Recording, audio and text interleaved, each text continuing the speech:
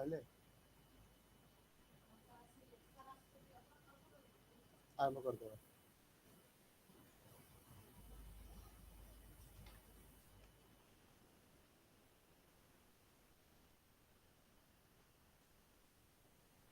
समस्त को शुभ अपराह्न। भारतीय जनसंचार संस्थान तरफ तथा आईएमसी तरफ आयोजित आज ऑनलाइन वेबिनार रे जानी सब लंच पर सब सेशन गुड़ा टी भारी गुरेलिंग हुए किंतु आम बहुत खुशी आज आमर अनुरोध रक्षा कर आम ग्रहण में आसी आम जोड़ी होती आमर जो लंच पर जो सेशन रही परिवर्तित दृश्यपटर सांबादिकता शिक्षा तो journalism education in changing landscape ये परिवर्तित दृश्यपटर सांबादिकता शिक्षा उपरे आज आम ग्रहण जोड़ी होती आमर वक्ता सम्मान्य वक्ता माने कहया को गले भारी खुशी लगुच जे कहीं क्या कम नुहति मीडिया एजुकेशन रे हो गवेषणा क्षेत्र में भी हो आमर विशेष करके बर्तन जो धारा चली बर्तन जर्नलिज्म शिक्षा आ जो प्रैक्टिस चली बर्तमान सर्वप्रथम मुझे स्वागत करी आम ग्रहण में डॉक्टर प्रदोष कुमार रथ बर्तमान केंद्रीय विश्वविद्यालय ओडिशार सार नमस्कार केंद्रीय विश्वविद्यालय बर्तमान सीनियर असिस्टेंट प्रोफेसर सार अच्छा मीडिया एजुकेशन रे बहुत वर्षर अभिज्ञता रही एवं विशेषकर गवेषणा क्षेत्र में रही जहाँ को अंडर रे बहुत पीएचडी स्कॉलर आउ एमफिल स्कॉलर माने गवेषणा कर बहुत अनुभव रही दक्षता भी रही शिक्षा क्षेत्र जर्नलिज्म एजुकेशन रे सांबादिकता शिक्षा क्षेत्र में बहुत इनडेप्थ नॉलेज रही सार भारतीय जनसंचार संस्थान तरफ आपको स्वागत करुच्ची सार को प्रथम मु अनुरोध करी पूर्व मत स्वागत करुच्ची आमर ओडिशा लाइव रो संपादक नीलांबर रथ सार को नीलांबर रथ सार को ओडिशा सांबादिकता परिचय कर किसी दुष्टता मुझे करी ना कहीं सार जो मो जानवर 35 इयर्स अधिका जो रही अनुभव टीवी जो आरंभ कर बर्तमान डिजिटल जर्नलिज्म तेणु सार को से अधिकांश समय कहुए गोटे जर्नलिस्ट नुहे से इंस्टीट्यूशनल बिल्डर जहाँ को प्रचेषार आमर सांबादिकता शिक्षा क्षेत्र में बहुत छात्र छात्री बहुत अनुष्ठान सहित सार बहुत जोड़ी अच्छा सांबादिकता शिक्षा क्षेत्र में प्रोफेशनल जर्नलिज्म को केमती आगे नहीं हम आ छात्र छात्री मैंने जानवा दरकार ता विषय से विभिन्न शिक्षा संस्था छात्र छात्री मान दिग्दर्शन देती यापर बर्तमान स्वागत करी प्रोफेसर चटर्जी को सार को तो भारतीय जनसंचार संस्थान में सार को इंट्रोड्यूस कर दुष्टता मत ठीक समझ न लगुनि कहीं सार दीर्घ 25 वर्ष काल मीडिया एजुकेशन को आ भारतीय जनसंचार को जी आगे नहीं सेटा समस्त को जना आउ सार गवेषणा क्षेत्र में सार जो स्तंभकार हिसाब से जड़े लेखक हिसाब से सार को आउ परिचय कर किसी आवश्यकता नहीं बर्तमान मुझे अनुरोध करी बर्तमान आमर जो परिवर्तित दृश्यपटर जो सांबादिकता शिक्षा उपर प्रदोष सार को मुझे अनुरोध करी उपस्थापना रखिए प्रदोष सार। धन्यवाद वीरेंद्र सर।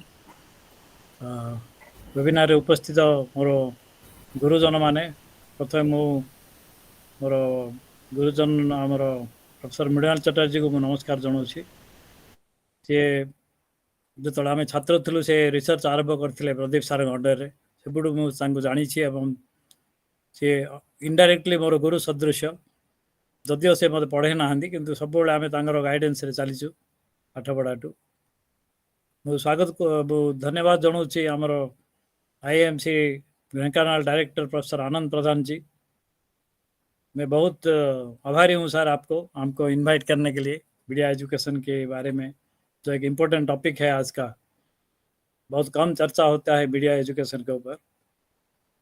अन्यतम गेस्ट सी भी मोर जड़े गुरु जो अनुपम भारत में जॉइन कली सी भी अनुपम भारत थे किंतु खूब कम दिन सहित मु काम कर 3 दिन कि 4 दिन छाड़े नीलाम्बर रथ सार को नमस्कार धन्यवाद जनाऊँ बिरंची सेठ एवं चिरसता जेना मैडम जे कि एकमोडेट कम्युनिकेट करथिले एवं समस्त छात्र छात्री आईएमसी तथा केंद्रीय विश्वविद्यालय भी केते छात्र छात्री जोड़ी होती समस्त को मु स्वागत करुच्ची।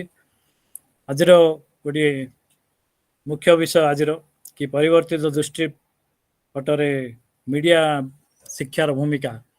मीडिया शिक्षा कहले बेसी वर्ष आयुष तार ना जदियो 1920 मसीह आम जदि इतिहास को जीवा भारत में 1920 मसीह आद्यार यूनिवर्सिटी मद्रास रे आनी बेसंत डॉक्टर आनी बेसंत आरंभ करते मीडिया एजुकेशन जो कि इंग्लिश डिपार्टमेंट अंडर रे जर्नलिज्म कोर्स चलता। तार पर्पज थिला केवल जर्नलिज्म ट्रेनिंग देवाई एवं प्रेस मीडिया एथिक्स उपरे लोक सांबादिक मान शिक्षा प्रदान करने तार ट्रांसलेट थिले हमर गुरुदेव रवींद्रनाथ ठाकुर एनिमेशन थे प्रो चांसलर प्रथम एचओडी थे कजिन्स डॉक्टर कजिन्स थे एचओडी सी तांकर प्रतिष्ठार इंग्लिश डिपार्टमेंट अंडर प्रथम मीडिया एजुकेशन आरंभ है धीरे धीरे ताहा गतिशील है 1941 प्रथम सिस्टमेटिक जहाँ कहुए मीडिया एजुकेशन आरंभ है 1941 मसीह जो पंजाब यूनिवर्सिटी लाहौर रे प्रोफेसर पी सिंह आरंभ करते मीडिया एजुकेशन तापर 15टी यूनिवर्सिटी मीडिया एजुकेशन शिक्षा दिगला 1961 जाए 15टी यूनिवर्सिटी मीडिया एजुकेशन दि जाऊला किंतु धीरे धीरे 1966 रु 1981 मध्य 25टा यूनिवर्सिटी मीडिया एजुकेशन दिगला से पीरियड आमको ग्रोथ पीरियड बोली मान्यता मिली 1965 जदिव आईएमसी गठित है 1965 रु 1981 भितर बहुत मीडिया ऑर्गेनाइजेशन आरंभ है जार मुख्य पर्पज थिला प्रेस कमिशन रो रिकमेंडेशन अनुसार मीडिया शिक्षार प्रसार पे बहुत रिकमेंडेशन होता एवं बहुत समस्ते परिकल्पना करथिले गोटे मीडिया को एक शिक्षा प्रदान करिया जद्वारा कि सामाजिक माने एक सुचारू रूपे गुणात्मक शिक्षा गुणात्मक सांबादिकता प्रदान करि पारियो समाज रे सेतिपई मीडिया शिक्षार आवश्यकता रहिला एवं मीडिया शिक्षार आरंभ होला। मीडिया शिक्षार आरंभ पे यूनेस्को भी बहुत प्रचेष्टा करछि यूजीसी भी प्रचेषा कर जो 1981 आपर कमिशन गठित है इपान और केईएपान और बीएस राठौर गोटे कमिशन गठित होता से भी रिकमेंड करते कि मीडिया एजुकेशन बढ़ाई प्रैक्टिकल ओरिएंटेड कोर्स सिलेबस गोटे सिस्टमेटिक सिलेबस बनवाई जदियो मद्रास यूनिवर्सिटी भी सिलेबस थिला किंतु पंजाब यूनिवर्सिटी सिस्टमेटिक सिलेबस बनवा आरंभ है सिलेबस बनवा पर धीरे धीरे अन्य जगार मीडिया शिक्षार प्रसार है मीडिया शिक्षा द्वारा प्रशिक्षण दिगला प्रशिक्षण और शिक्षार मिलित प्रचेषा सांबादिकता क्षेत्र में बहुत उन्नति हासिल हो पारा कारण सांबादिकता कहले आम प्रथम लिटरेचर ओरिएंटेड होता जो मैंने लिटरेचर फील्ड थे से सांबादिकता करें किंतु मीडिया गोटे स्पेशलाइजेशन कोर्स नाला धीरे धीरे मीडिया स्पेशलाइजेशन कोर्स गठित है एवं ताहा आउरी बढ़िला जो ग्लोबलाइजेशन आसला केंद्रीय विश्वविद्यालय मान प्रतिष्ठा है एवं वर्तमान आमर स्थिति बहुत भल अच्छी मीडिया भी स्थिति आमर बहुत उन्नति होती प्रिंट मीडिया आम इलेक्ट्रोनिक मीडिया गले इलेक्ट्रोनिक मीडिया न्यू मीडिया आड़े गति गले वर्तमान एआई जर्नालिज्म आरंभ है वर्तमान दिगरे मीडिया शिक्षार आवश्यकता आउरी बढ़ी जाइए कारण आरएनआई रिपोर्ट अनुसार प्राय 1 लाख अधिक न्यूज पेपर भारत में प्रसारित होची प्राय 900 टेलीविजन चैनल आरंभ चलला 200 रु अधिक एफएम चैनल चलला इंटरनेट यूजर संख्या प्राय 90 कोटी है एसह पब्लिक रिलेशन और एडवर्टाइजिंग क्षेत्र में यथेष्ट उन्नति घटी ग्लोबलाइजेशन पर डिजिटल जर्नालिज्म आरंभ है एसह मीडिया एजुकेशन आवश्यकता बहुत रही मीडिया एजुकेशन शिक्षा भी बढ़ी बढ़ी चली वर्तमान स्थिति आम 40टा प्राय सेंट्रल यूनिवर्सिटी केवल 54 सेंट्रल यूनिवर्सिटी 40 सेंट्रल यूनिवर्सिटी वर्तमान मीडिया शिक्षा प्रदान करा एसह प्राइवेट यूनिवर्सिटी अच्छी पीजी कोर्स चली यूजी कोर्स चली गोटे रिपोर्ट अनुसार वार्षिक एनरोलमेंट प्राय 8000 मीडिया छात्र छात्री आवर गवेश ये कर एडमिशन ने प्रति वर्ष ସେଥିରୁ ପିଜି ଛାତ୍ର ପ୍ରାୟ 807 ପିଜି ଛାତ୍ର ନେଉଛନ୍ତି। ଯଦି ଆମେ ଷ୍ଟାଟିଷ୍ଟିକ୍ସ ଦେଖିବା ତେବେ ବହୁତ ଉନ୍ନତି ହେଇଛି ଆମର ମିଡ଼ିଆ ଶିକ୍ଷା କ୍ଷେତ୍ରରେ, କିନ୍ତୁ ଆମେ ଏହା କହିପାରିବାନି ଯେ ଆମେ ସମ୍ପୂର୍ଣ୍ଣ ମିଡ଼ିଆ ଶିକ୍ଷା ହାସଲ କରିଛୁ ବା ମିଡ଼ିଆ କ୍ଷେତ୍ର ଆମେ ଅଗ୍ରଗତି କରିଛୁ। ମିଡ଼ିଆ କ୍ଷେତ୍ରରେ ବହୁତ ସମସ୍ୟା ବି ରହିଛି, ଯାହା ଆମେ ଭାରତ ହଉ ବା ଓଡ଼ିଶା କ୍ଷେତ୍ରରୁ ଆମେ ଯଦି ଓଡ଼ିଶା କ୍ଷେତ୍ରରେ ବି ଦେଖିବା ମିଡ଼ିଆ ଶିକ୍ଷା ବହୁତ ପ୍ରସାର ଲାଭ କରିଛି। ବର୍ତ୍ତମାନ କେବଳ ବ୍ରହ୍ମପୁର ୟୁନିଭର୍ସିଟି ଏବଂ IIMC ଦୁଇଟା ଇନଷ୍ଟିଚ୍ୟୁଟ୍ ଥିଲା ୱାନ୍ସ ଅପନ୍ ଏ ଟାଇମ୍, କିନ୍ତୁ ବର୍ତ୍ତମାନ ବହୁତ ଇନଷ୍ଟିଚ୍ୟୁଟ୍ରେ ମିଡ଼ିଆ ଶିକ୍ଷା ପ୍ରଦାନ କରାଯାଉଛି। ପ୍ରାଇଭେଟ୍ ୟୁନିଭର୍ସିଟି ଏବଂ ପ୍ରାଇଭେଟ୍ ଇନଷ୍ଟିଚ୍ୟୁଟ୍ ବି ଆରମ୍ଭ କଲେଣି ମିଡ଼ିଆ ଶିକ୍ଷା। ଗବେଷଣା କ୍ଷେତ୍ରରେ ବି ଅଗ୍ରଗତି ହେଇଛି, କିନ୍ତୁ ଆମେ ବର୍ତ୍ତମାନ ଆଲୋଚ୍ୟର ବିଷୟ ଯେଉଁ ପରିସ୍ଥିତି ବଦଳୁଛି, ସେ ପରିସ୍ଥିତି ବଦଳିବା ଅନୁସାରେ ମିଡ଼ିଆ ଶିକ୍ଷା କେମିତି ପରିସ୍ଥିତିର ମୁଖ୍ୟ ବର୍ତ୍ତମାନ ପରିସ୍ଥିତି ବଦଳାଇବାର ମୁଖ୍ୟ ଭୂମିକା ହେଲା ଡିଜିଟାଲ କ୍ଷେତ୍ରର ଅଗ୍ରଗତି ଏବଂ ଦ୍ୱିତୀୟ କଥା ହେଲା ଆମର ନ୍ୟାସନାଲ ଏଜୁକେସନ୍ ପଲିସି 2020। ଏହି ଦୁଇ ବିଷୟକୁ ନେଇ ଆମେ ମିଡ଼ିଆ ଶିକ୍ଷାକୁ ଆଲୋଚନା କରିବା।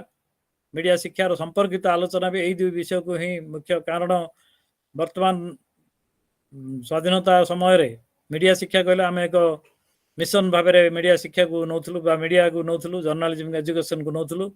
ବର୍ତ୍ତମାନ ଜର୍ଣ୍ଣାଲିଜିମ୍ ଏଜୁକେସନ୍ ଆଉ ମିଶନ ହେଇନାହିଁ, ପ୍ରଫେସନ୍ ହେଇଗଲାଣି। ପ୍ରଫେସନାଲିଜିମ୍ରୁ ବର୍ତ୍ତମାନ ସୁପର ପ୍ରଫେସନାଲିଜିମ୍ ହେଇଗଲାଣି। ଆଉ ମିଡ଼ିଆ ଏବେ ବର୍ତ୍ତମାନ ଏକ ଆଇସୋଲେସନ୍ କୋର୍ସ ହେଇନାହିଁ, ଏବେ ଇଣ୍ଟରଡିସିପ୍ଲିନାରୀ ହେଇଗଲାଣି। ସୋସିଆଲ ସାଇନ୍ସ ହେଉ ବା ଆର୍ଟସ୍ ହେଉ କିମ୍ବା ହ୍ୟୁମାନିଟିସ୍ ହେଉ, ସବୁ କ୍ଷେତ୍ରରେ ମିଡ଼ିଆର ଗୁରୁତ୍ୱ ରହିଛି। ମିଡ଼ିଆ ମଲ୍ଟି ସିଙ୍ଗଲ ଡିସିପ୍ଲିନ୍ ହେଇ ରହିନାହିଁ ବର୍ତ୍ତମାନ। ସେଥିପାଇଁ ଏହି କ୍ଷେତ୍ରରେ ମିଡ଼ିଆ ଶିକ୍ଷାର ଆବଶ୍ୟକତା ବହୁତ ରହିଛି। କିନ୍ତୁ ଆମେ ଯଦି ଦେଖିବା ବହୁତ ଗବେଷଣା, ବହୁତ ଆର୍ଟିକଲ ବି ଆମେ ବାହାରିଛି ମିଡ଼ିଆ ଶିକ୍ଷା ଏବଂ ତାହାର ସହଯୋଗ, ତାହାର ଅଗ୍ରଗତି ବିଷୟରେ। ମିଡ଼ିଆ ଶିକ୍ଷାର ପ୍ରସାର ଯେତେଟା ହେବା କଥା ସେତେ ହେଇପାରିନି, କାରଣ ମିଡ଼ିଆ ଶିକ୍ଷାର ଆୟୁଷ ବହୁତ କମ୍। 1965 କିମ୍ବା 60 ଦଶକରୁ ଆମେ ଗଣିବା, ତେବେ ମାତ୍ର 50 ବର୍ଷ 60 ବର୍ଷର ଆୟୁଷ ମିଡ଼ିଆ ଶିକ୍ଷାକୁ। ତା ପୂର୍ବରୁ ମିଡ଼ିଆ ଶିକ୍ଷା ପ୍ରାୟ ନଥିଲା କହିଲେ ଚଳେ। ସେହି କ୍ଷେତ୍ରରେ ଦେଖିଲେ ମିଡ଼ିଆ ଶିକ୍ଷା ବହୁତ ଅଗ୍ରଗତି କରିଛି, କିନ୍ତୁ ବହୁତ ଗୁଡ଼ିଏ ସମସ୍ୟା ରହିଛି, ଯାହାକି ଆମେ ଗୋଟିଏ ପରେ ଗୋଟିଏ ଆଲୋଚନା କରିବା ଏବଂ ପରବର୍ତ୍ତୀ ବକ୍ତାମାନେ ମଧ୍ୟ ତା ଉପରେ ଗୁରୁତ୍ୱ ଦେବେ ଏବଂ ଆମେ ଗୋଟିଏ ଆଲୋଚନାର ନିଷ୍କର୍ଷ ବାହାରିବ, ଯଦ୍ୱାରା ଯାହାର ନିଷ୍କର୍ଷ ଆମେ ସମସ୍ତ ବୁଦ୍ଧିଜୀବୀମାନଙ୍କୁ ପଠାଇ ପାରିବା ଏବଂ ବଡ଼ ସ୍ତରରେ ବି ଆଲୋଚନା ହେଇପାରିବ। କେବଳ ଆମ 3 ଜଣ କିମ୍ବା ଆମର ଆଜିର ଉପସ୍ଥିତି ଯେଉଁମାନେ ଅଛନ୍ତି ସେମାନଙ୍କ ଭିତରେ ସୀମିତ ନ ହୋଇ ଆଗକୁ ମଧ୍ୟ ଆମେ ବଢ଼େଇ ପାରିବା, ଯାହାଦ୍ୱାରା ମିଡ଼ିଆ ଏଜୁକେସନ୍ର ଶିକ୍ଷା ସୁଦୂର ପ୍ରସାର ହେଇପାରିବ। ଆମର ବହୁତ ଗୁଡ଼ିଏ ସମସ୍ୟା ଯେଉଁ ଭାରତ କ୍ଷେତ୍ରରେ ରହିଛି, ତାର ମୁଖ୍ୟ କ୍ଷେତ୍ରରେ ଆମେ ଆଲୋଚନା କରିବା। ପ୍ରଥମ ସମସ୍ୟା ହେଉଛି ଆମର ନାମକରଣର ସମସ୍ୟା। ଜର୍ଣ୍ଣାଲିଜିମ୍ ଆଣ୍ଡ ମାସ୍ କମ୍ୟୁନିକେସନ୍ ଗୋଟିଏ ନାମକରଣ ହେଇଛି, UGC ଦ୍ୱାରା ମାନ୍ୟତା ପ୍ରାପ୍ତ ହେଇଛି, କିନ୍ତୁ ପ୍ରକୃତ ନାମକରଣ କ'ଣ ହେବା କଥା ତାକୁ ନେଇ ଆମର ସମସ୍ୟା ଲାଗି ରହିଛି। କିଏ କହୁଛନ୍ତି ଏଇଟାକୁ ମିଡ଼ିଆ ଷ୍ଟଡିଜ୍, କିଏ କହୁଛନ୍ତି କମ୍ୟୁନିକେସନ୍ ଷ୍ଟଡିଜ୍, କିଏ କହୁଛନ୍ତି ଜର୍ଣ୍ଣାଲିଜିମ୍ ଆଣ୍ଡ ମାସ୍ କମ୍ୟୁନିକେସନ୍। ବହୁତ ବୁଦ୍ଧିଜୀବୀ କହୁଛନ୍ତି ଯେ mass communication is a broader concept. ଯଦି ମାସ୍ କମ୍ୟୁନିକେସନ୍ ଅନ୍ତର୍ଗତ ଜର୍ଣ୍ଣାଲିଜିମ୍ ମାସ୍ କମ୍ୟୁନିକେସନ୍ ଅନ୍ତର୍ଗତ ରହୁଛି, ଆମେ ଜର୍ଣ୍ଣାଲିଜିମ୍କୁ ଅଲଗା କାହିଁକି କହିବା? ବହୁତ ବୁଦ୍ଧିଜୀବୀ ଏଇଟା ମଧ୍ୟ ଯୁକ୍ତି କରିଛନ୍ତି। ବହୁତ ବୁଦ୍ଧିଜୀବୀ ଯୁକ୍ତି କରିଛନ୍ତି ଯେହେତୁ ଜର୍ଣ୍ଣାଲିଜିମ୍ ଗୋଟିଏ ଆର୍ଟସ୍, ମାସ୍ କମ୍ୟୁନିକେସନ୍ ଗୋଟିଏ ସୋସିଆଲ ସାଇନ୍ସ, ସେଥିପାଇଁ ଜର୍ଣ୍ଣାଲିଜିମ୍ ଆଣ୍ଡ ମାସ୍ କମ୍ୟୁନିକେସନ୍କୁ ଆମେ ମିଶାଇ ପାରିବାନି। ମାସ୍ କମ୍ୟୁନିକେସନ୍ ଷ୍ଟଡିକୁ ଆମେ ଗୋଟିଏ କରିପାରିବାନି, ସେଥିପାଇଁ ଜର୍ଣ୍ଣାଲିଜିମ୍କୁ ଅଲଗା କରାହେଉଛି। ତାହା ମଧ୍ୟ ବହୁତ ପ୍ରଫେସର ମତ ଦେଇଛନ୍ତି, କାରଣ ଜର୍ଣ୍ଣାଲିଜିମ୍କୁ ଯଦି ଆମେ ଅଲଗା କରିଦେବା ତେବେ ପ୍ରଫେସନାଲିଜିମ୍ ନଷ୍ଟ ହେଇଯିବ। ବହୁତ ପ୍ରଫେସର କହିଛନ୍ତି ଯେ ଯଦି ମାସ୍ କମ୍ୟୁନିକେସନ୍ କହିବା, ଆମେ ଗ୍ରୁପ୍ କମ୍ୟୁନିକେସନ୍ ଆଉ ଇଣ୍ଟରପର୍ସନାଲ କମ୍ୟୁନିକେସନ୍କୁ ଆମେ ଛାଡ଼ି ଦେଉଛେ, ତେବେ ସେଟା ମାସ୍ କମ୍ୟୁନିକେସନ୍ କାହିଁକି କହିବା, କମ୍ୟୁନିକେସନ୍ ଷ୍ଟଡିଜ୍ କାହିଁକି ନ କହିବା? ଏମିତି ମଧ୍ୟ ଆଲୋଚନା ହେଉଛି, କାରଣ ମାସ୍ କହିଲେ ଆମେ ମାସ୍ ମିଡ଼ିଆ ଷ୍ଟଡିଜ୍କୁ ହିଁ ଆମେ ପ୍ରାଧାନ୍ୟ ଦେଉଛେ, ଆଉ ଇଣ୍ଟରପର୍ସନାଲ ଗ୍ରୁପ୍ ଆଣ୍ଡ ଇଣ୍ଟ୍ରାପର୍ସନାଲ କମ୍ୟୁନିକେସନ୍କୁ ଆମେ ଛାଡ଼ି ଦେଉଛେ ବୋଲି ସେମାନେ ଭାବୁଛନ୍ତି। ତାହେଲେ ମିଡ଼ିଆ କମ୍ୟୁନିକେସନ୍ ଷ୍ଟଡିଜ୍ ମଧ୍ୟ ବହୁତ ଲୋକ ମତ ଦେଇଛନ୍ତି। ଏମିତି ଭାବେ ଗୋଟିଏ ବହୁତ କ୍ଷେତ୍ରରେ ଆମେ MSc ଇନ୍ ଇଲେକ୍ଟ୍ରୋନିକ୍ ମିଡ଼ିଆ ବି ହେଉଛି, MSc ଇନ୍ କମ୍ୟୁନିକେସନ୍ ହେଉଛି, ଡିଜିଟାଲ ଜର୍ଣ୍ଣାଲିଜିମ୍ କିଏ ନାଁ ଦେଇଛନ୍ତି, କିଏ ନାଁ ଦେଇଛନ୍ତି କନଭର୍ଜେଣ୍ଟ ଜର୍ଣ୍ଣାଲିଜିମ୍। ତ ଗୋଟିଏ ସବଜେକ୍ଟ, ଗୋଟିଏ ସାରକୁ ନେଇ ବହୁତ ଗୋଟିଏ ସବ୍ ସବଜେକ୍ଟ ଆମେ କହିପାରିବା ଜନ୍ମ ନେଇଛି ଏବଂ ସବୁ ସବଜେକ୍ଟରେ କନଫ୍ୟୁଜନ୍ ହେଇ ଆମେ ମିଡ଼ିଆ ଶିକ୍ଷା ଆମର ଦିଗହୀନ ହେଇପାରିବାର ଆଶଙ୍କା ରହିଛି। ତାହା ମଧ୍ୟ ଆମକୁ ଭାବିବାକୁ ପଡ଼ିବ। ପ୍ରଥମ ସମସ୍ୟା ଦୂର ହେଲା ଆମର ଗୋଟେ ଏକକ ନାମକରଣ ଦେବା ଆବଶ୍ୟକ। ଏଇଥିରେ ଆମେ ମାସ୍ କମ୍ୟୁନିକେସନ୍ କହିବା କି ଜର୍ଣ୍ଣାଲିଜିମ୍ ମାସ୍ କମ୍ୟୁନିକେସନ୍ କହିବା କି ସମସ୍ତେ ଗୋଟିଏ ପ୍ରକାର ଶବ୍ଦ ୟୁଜ୍ କଲେ ହିଁ ମିଡ଼ିଆ ଶିକ୍ଷାର ଅଗ୍ରଗତି ସମ୍ଭବ ହୋଇପାରିବ। କାରଣ ଯେଉଁ ସବଜେକ୍ଟ ହେଉନା କାହିଁକି ତାର ଗୋଟେ ସିଲାବସ୍ ଆବଶ୍ୟକ, କୋର୍ସ ମେଟେରିଆଲ ଆବଶ୍ୟକ, କୋର୍ସ ଅଫ୍ ଷ୍ଟଡିଜ୍ ଆବଶ୍ୟକ ଏବଂ ଫ୍ୟୁଚର କୋର୍ସ ଅଫ୍ ଆକ୍ସନ୍ ତା ଅନୁସାରେ ଆବଶ୍ୟକ। କାରଣ କୋର୍ସ ସିଲାବସ୍ ବନେଇବାର କାରଣ ହେଲା ଆଉଟକମ୍ ବେସ୍ ସିଲାବସ୍ ଆମର ଆବଶ୍ୟକତା ରହିଛି। ଯଦି ଆଉଟକମ୍ ବେସ୍ ସିଲାବସ୍ ଆବଶ୍ୟକତା, ତେବେ ନାମକରଣର ଏକକକରଣ ଯାହାକୁ ଆମେ କହିବା ୟୁନିଫିକେସନ୍ ଅଫ୍ ଦ ନୋମେନକ୍ଲେଚର, ତାହା ଆବଶ୍ୟକ ରହିଛି। ତାହା ହେଉଛି ପ୍ରଥମ ସମସ୍ୟା। ଦ୍ୱିତୀୟ ସମସ୍ୟା ହେଲା ଆମର ପ୍ରଫେସନାଲିଜିମ୍ ଆଉ ଏକାଡେମିକ୍ସ ମଧ୍ୟରେ ଦ୍ୱନ୍ଦ୍ୱ। ପ୍ରଫେସନାଲ ମାନେ କହନ୍ତି ଯେ ଏକାଡେମିକ୍ସର କିଛି କାମ ନାହିଁ, ଆମେ ପ୍ରଫେସନାଲ ଦ୍ୱାରା ହିଁ ମାସ୍ କମ୍ୟୁନିକେସନ୍ ଚଲେଇ ପାରିବା। ଏକାଡେମିକ୍ସ ମାନେ ଭାବୁଛନ୍ତି କି ଆମେ ଯଦି ପ୍ରଫେସନାଲ ମାନଙ୍କୁ ଇନକ୍ଲୁଡ୍ କରିବା, ତେବେ ଆମର ଏକାଡେମିକ୍ସ ନଷ୍ଟ ହୋଇଯିବ, ମିଡ଼ିଆ ପ୍ରାକ୍ଟିକାଲ ଓରିଏଣ୍ଟେଡ୍ ହେଇଯିବ କିମ୍ବା ପୁରା ପ୍ରଫେସନକୁ ଚାଲିଯାଉ। ସେମାନେ ସେଇ ଦ୍ୱନ୍ଦ୍ୱ ମଧ୍ୟରୁ ଆମେ ଗୋଟେ ମିଡିଲ୍ ପାଥ୍ ଯାହା କହୁଛୁ ଆମେ ସେ ବାଛିବାକୁ ପଡ଼ିବ। ସେ ମିଡିଲ୍ ପାଥ୍ ହେଉଛି ଆମ ପ୍ରାକ୍ଟିକାଲ ଆଉ ଥିଓରି ମଧ୍ୟରେ equal distribution. Theory, research and training, ଏ ତିନିଟାକୁ ମିଶେଇକି ଆମେ ପଢ଼ିଲେ ହିଁ ପ୍ରାକ୍ଟିକାଲ ଜର୍ଣ୍ଣାଲିଜିମ୍ କୋର୍ସଟା ଆମେ କମ୍ପ୍ଲିଟ୍ କରିପାରିବା। ଟୁ ମଚ୍ ପ୍ରାକ୍ଟିକାଲ ଓରିଏଣ୍ଟେସନ୍ ନ ହୋଇ, ଟୁ ମଚ୍ ଥିଓରି ଓରିଏଣ୍ଟେସନ୍ ନ ହୋଇ ଗୋଟେ ମିଡିଲ୍ ପାଥ୍ରେ ଆମକୁ ଯିବାକୁ ପଡ଼ିବ। ତାହା ମଧ୍ୟ ପ୍ରଫେସର ମାନେ ବହୁତ ଚିନ୍ତା କରିଛନ୍ତି। 1980ରୁ 90 ଦଶକ ମଧ୍ୟରେ ଆମର ବହୁତ ଜାଗାରେ ଯେପରିକି ନାଗପୁର, ବରହମପୁର, ମାଡ୍ରାସ, ବମ୍ବେ, ବିଭିନ୍ନ ଜାଗା, ଚଣ୍ଡିଗଡ଼, ବିଭିନ୍ନ ଜାଗାରେ ଆମର ୱାର୍କସପ୍ ମାନେ ହେଇଥିଲା ମିଡ଼ିଆ ଏଜୁକେସନ୍କୁ ଡେଭଲପମେଣ୍ଟ ପାଇଁ। ସେ ୱାର୍କସପ୍ ମାନଙ୍କ ମଧ୍ୟ ନିଷ୍କର୍ଷ ବାହାରିଲା ଯେ ପ୍ରାକ୍ଟିକାଲକୁ ଆହୁରି ବଢ଼ାଇବାକୁ ପଡ଼ିବ, ପ୍ରାକ୍ଟିକାଲ ସହିତ ରିସର୍ଚ୍ଚକୁ ବଢ଼ାଇବାକୁ ପଡ଼ିବ, ରିସର୍ଚ୍ଚ ସହିତ ଆମକୁ ଥିଓରିକୁ ବି ବଢ଼ାଇବାକୁ ପଡ଼ିବ। ଏ ତିନୋଟି ନ ମିଶିଲେ ମିଡ଼ିଆ ଏଜୁକେସନ୍ ଆଗକୁ ବଢ଼ିପାରିବନି। କିନ୍ତୁ ବର୍ତ୍ତମାନ ସ୍ଥିତିରେ ଆମେ ବହୁତ ଜାଗା ଦେଖୁଛେ ତିନୋଟି ସମ୍ମିଶ୍ରଣରେ ଚାଲିଛି କୋର୍ସ। ପ୍ରାକ୍ଟିକାଲ କମ୍ପୋନେଣ୍ଟ ଥାଇକି ବି ଥିଓରି ପଢ଼ା ହେଉଛି, ଯାହାକି ଗୋଟେ ଭଲ ପ୍ରାକ୍ଟିସ୍ ମଧ୍ୟ ଆମେ କହିପାରିବା। ଥିଓରି ରହୁ କିନ୍ତୁ ପ୍ରାକ୍ଟିକାଲ କମ୍ପୋନେଣ୍ଟ ରହିବା ମୁଖ୍ୟତଃ ଆବଶ୍ୟକ, ଯଦ୍ୱାରା ମିଡ଼ିଆ ଶିକ୍ଷାର ପ୍ରସାର ହଉ। ବହୁତ ଜାଗାରେ ଆମେ ଦେଖୁଛେ ପ୍ରାକ୍ଟିକାଲ ପ୍ରତି ଟୁ ମଚ୍ ଓରିଏଣ୍ଟେସନ୍ ହେଇଯାଉଛି। ଷ୍ଟୁଡ଼ିଓ ରହୁଛି, ଇଲେକ୍ଟ୍ରୋନିକ୍ ମିଡ଼ିଆ, କ୍ୟାମେରା ରହୁଛି, ସବୁ ରହୁଛି, କିନ୍ତୁ ଏଥିକ୍ସର ଅଭାବ ରହୁଛି ଏବଂ ଥିଓରି ଓରିଏଣ୍ଟେଡ୍ କୋର୍ସର ଅଭାବ ରହୁଛି, ଯଦ୍ୱାରା ସ୍କ୍ରିପ୍ଟ ରାଇଟିଂ ଏମିତି ସବୁ କୋର୍ସ ଯାକ ଅସୁବିଧା ହେଇଯାଉଛି ଏବଂ ଲେଖାଲେଖି ଲିଟରେଚର ଓରିଏଣ୍ଟେଡ୍ ସବଜେକ୍ଟକୁ ଆମେ ଭୁଲି ଯାଉଛେ। ସେଥିପାଇଁ ସମସ୍ତଙ୍କର ବେସ୍ ରଖିବାକୁ ପଡ଼ିବ, ସମସ୍ତଙ୍କୁ ମିଳିମିଶି ଚଲେଇବାକୁ ପଡ଼ିବ। ଥିଓରି ହଉ, ପ୍ରାକ୍ଟିକାଲ ହଉ, ରିସର୍ଚ୍ଚ ହଉ, ଏ ତିନୋଟି ବିଷୟ ମିଶେଇକି ଚାଲିଲେ ହିଁ ମିଡ଼ିଆ ଏଜୁକେସନ୍ ସଫଳ ହେଇପାରିବ। ଆଉ ଗୋଟିଏ ସମସ୍ୟା ରହିଲା ଆମର ପିଜି ଲେଭେଲ ବହୁତ କମ୍ ୟୁନିଭର୍ସିଟିରେ ଅଛି, ପୁରା ସୁଦୂର ପ୍ରସାର ଆହୁରି ହେଇପାରିନି। ଅଲ୍ ଇଣ୍ଡିଆ ଆମେ ଦେଖିବା ବହୁତ ସେଣ୍ଟ୍ରାଲ ୟୁନିଭର୍ସିଟିରେ ମିଡ଼ିଆ ଏଜୁକେସନ୍ ଅଛି, ଷ୍ଟେଟ୍ ୟୁନିଭର୍ସିଟି ବହୁତ କମ୍ ଅଛି। ଷ୍ଟେଟ୍ ୟୁନିଭର୍ସିଟିରେ ମଧ୍ୟ ମିଡ଼ିଆ ଏଜୁକେସନ୍କୁ ବଢ଼ିଆ ଯେଉଁ ଯେତିକି ଷ୍ଟେଟ୍ ଲେଭେଲ ବା ସେଣ୍ଟ୍ରାଲ ଲେଭେଲ ଅଛି ମଧ୍ୟ ସେଗୁଡ଼ା ପ୍ରାଇଭେଟ୍ ଦ୍ୱାରା ବହୁତ ପରିଚାଳିତ, ଯେଉଁମାନେ କି ଅର୍ଡ଼ିନାରୀ ସାଧାରଣ ଲୋକଙ୍କ ପାଇଁ, ସାଧାରଣ ଷ୍ଟୁଡେଣ୍ଟ ପାଇଁ ପାଠ ପଢ଼ିବା ମୁସ୍କିଲ। ଯେଉଁ ଦିଲ୍ଲୀ, ନୋଇଡ଼ାରେ ବହୁତ ଇନଷ୍ଟିଚ୍ୟୁଟ୍ ଅଛି ଯଦ୍ୱାରା ହାଇ ଆଡ଼ମିସନ୍ ଫି, ତାକୁ ଆମେ କହୁଛୁ ଆଡ଼ମିସନ୍ ଫି, ଯାହାର ଆମର ଗରିବ ଲୋକଙ୍କ ପାଇଁ ପହଞ୍ଚର ବାହାରେ, ସେଗୁଡ଼ାକ ମଧ୍ୟ ଆମକୁ ଦେଖିବାକୁ ପଡ଼ିବ। ଷ୍ଟେଟ୍ ୟୁନିଭର୍ସିଟିରେ ମଧ୍ୟ ବହୁତ କମ୍, ଷ୍ଟେଟ୍ ୟୁନିଭର୍ସିଟି ସଂଖ୍ୟା ତ ବହୁତ କମ୍ ଥିଲା। ବର୍ତ୍ତମାନ ସେଣ୍ଟ୍ରାଲ ୟୁନିଭର୍ସିଟି କନସେପ୍ଟ ଆସିଲା ପରେ ଟିକେ ୟୁନିଭର୍ସିଟି ସଂଖ୍ୟା ବଢ଼ିଛି। ଷ୍ଟେଟ୍ ୟୁନିଭର୍ସିଟିରେ ମଧ୍ୟ ଆମ ଜର୍ଣ୍ଣାଲିଜିମ୍ ଏଜୁକେସନ୍କୁ ବଢ଼ିବାକୁ ପଡ଼ିବ, ସେଇଟା ଗୋଟିଏ ସମସ୍ୟା ଅଛି। ଆଉ ଗୋଟିଏ ସମସ୍ୟା ଅଛି, ଯଦି ଓଡ଼ିଶା ଲେଭେଲରେ ବି ଆମେ ଦେଖୁ ଗ୍ରାଜୁଏସନ୍, ଅଣ୍ଡର ଗ୍ରାଜୁଏଟ୍ କୋର୍ସ ବହୁତ କମ୍ ଅଛି ଜର୍ଣ୍ଣାଲିଜିମ୍ ଆଣ୍ଡ ମାସ୍ କମ୍ୟୁନିକେସନ୍ କ୍ଷେତ୍ରରେ। ଅଣ୍ଡର ଗ୍ରାଜୁଏଟ୍ କୋର୍ସକୁ ଆମକୁ ବଢ଼ାଇବାକୁ ପଡ଼ିବ। ଅଣ୍ଡର ଗ୍ରାଜୁଏଟ୍ କୋର୍ସ ସହିତ ଆମର ଷ୍ଟେଟ୍, ଓଡ଼ିଶା କଥା ମୁଁ କହୁଛି, ଷ୍ଟେଟ୍ ପବ୍ଲିକ୍ ସର୍ଭିସ୍ କମିଶନରେ ଆମେ SSBରେ ବହୁତ ସବଜେକ୍ଟ ଅଛି, କିନ୍ତୁ ମାସ୍ କମ୍ୟୁନିକେସନ୍ ସବଜେକ୍ଟ ନାହିଁ, ଯଦ୍ୱାରା କି ଅଣ୍ଡର ଗ୍ରାଜୁଏଟ୍ କୋର୍ସର ଡେଭଲପମେଣ୍ଟ କରିବାକୁ ପଡ଼ିବ। ପୋଷ୍ଟ ଗ୍ରାଜୁଏଟ୍ କୋର୍ସରେ ମଧ୍ୟ ବହୁତ ଷ୍ଟୁଡେଣ୍ଟ ହତୋତ୍ସାହିତ ହେଇ ପଡ଼ୁଛନ୍ତି କି ପରେ ଆମେ ଫ୍ୟୁଚର କ'ଣ କରିବା, ପ୍ରାଇଭେଟ୍ ଯିବା।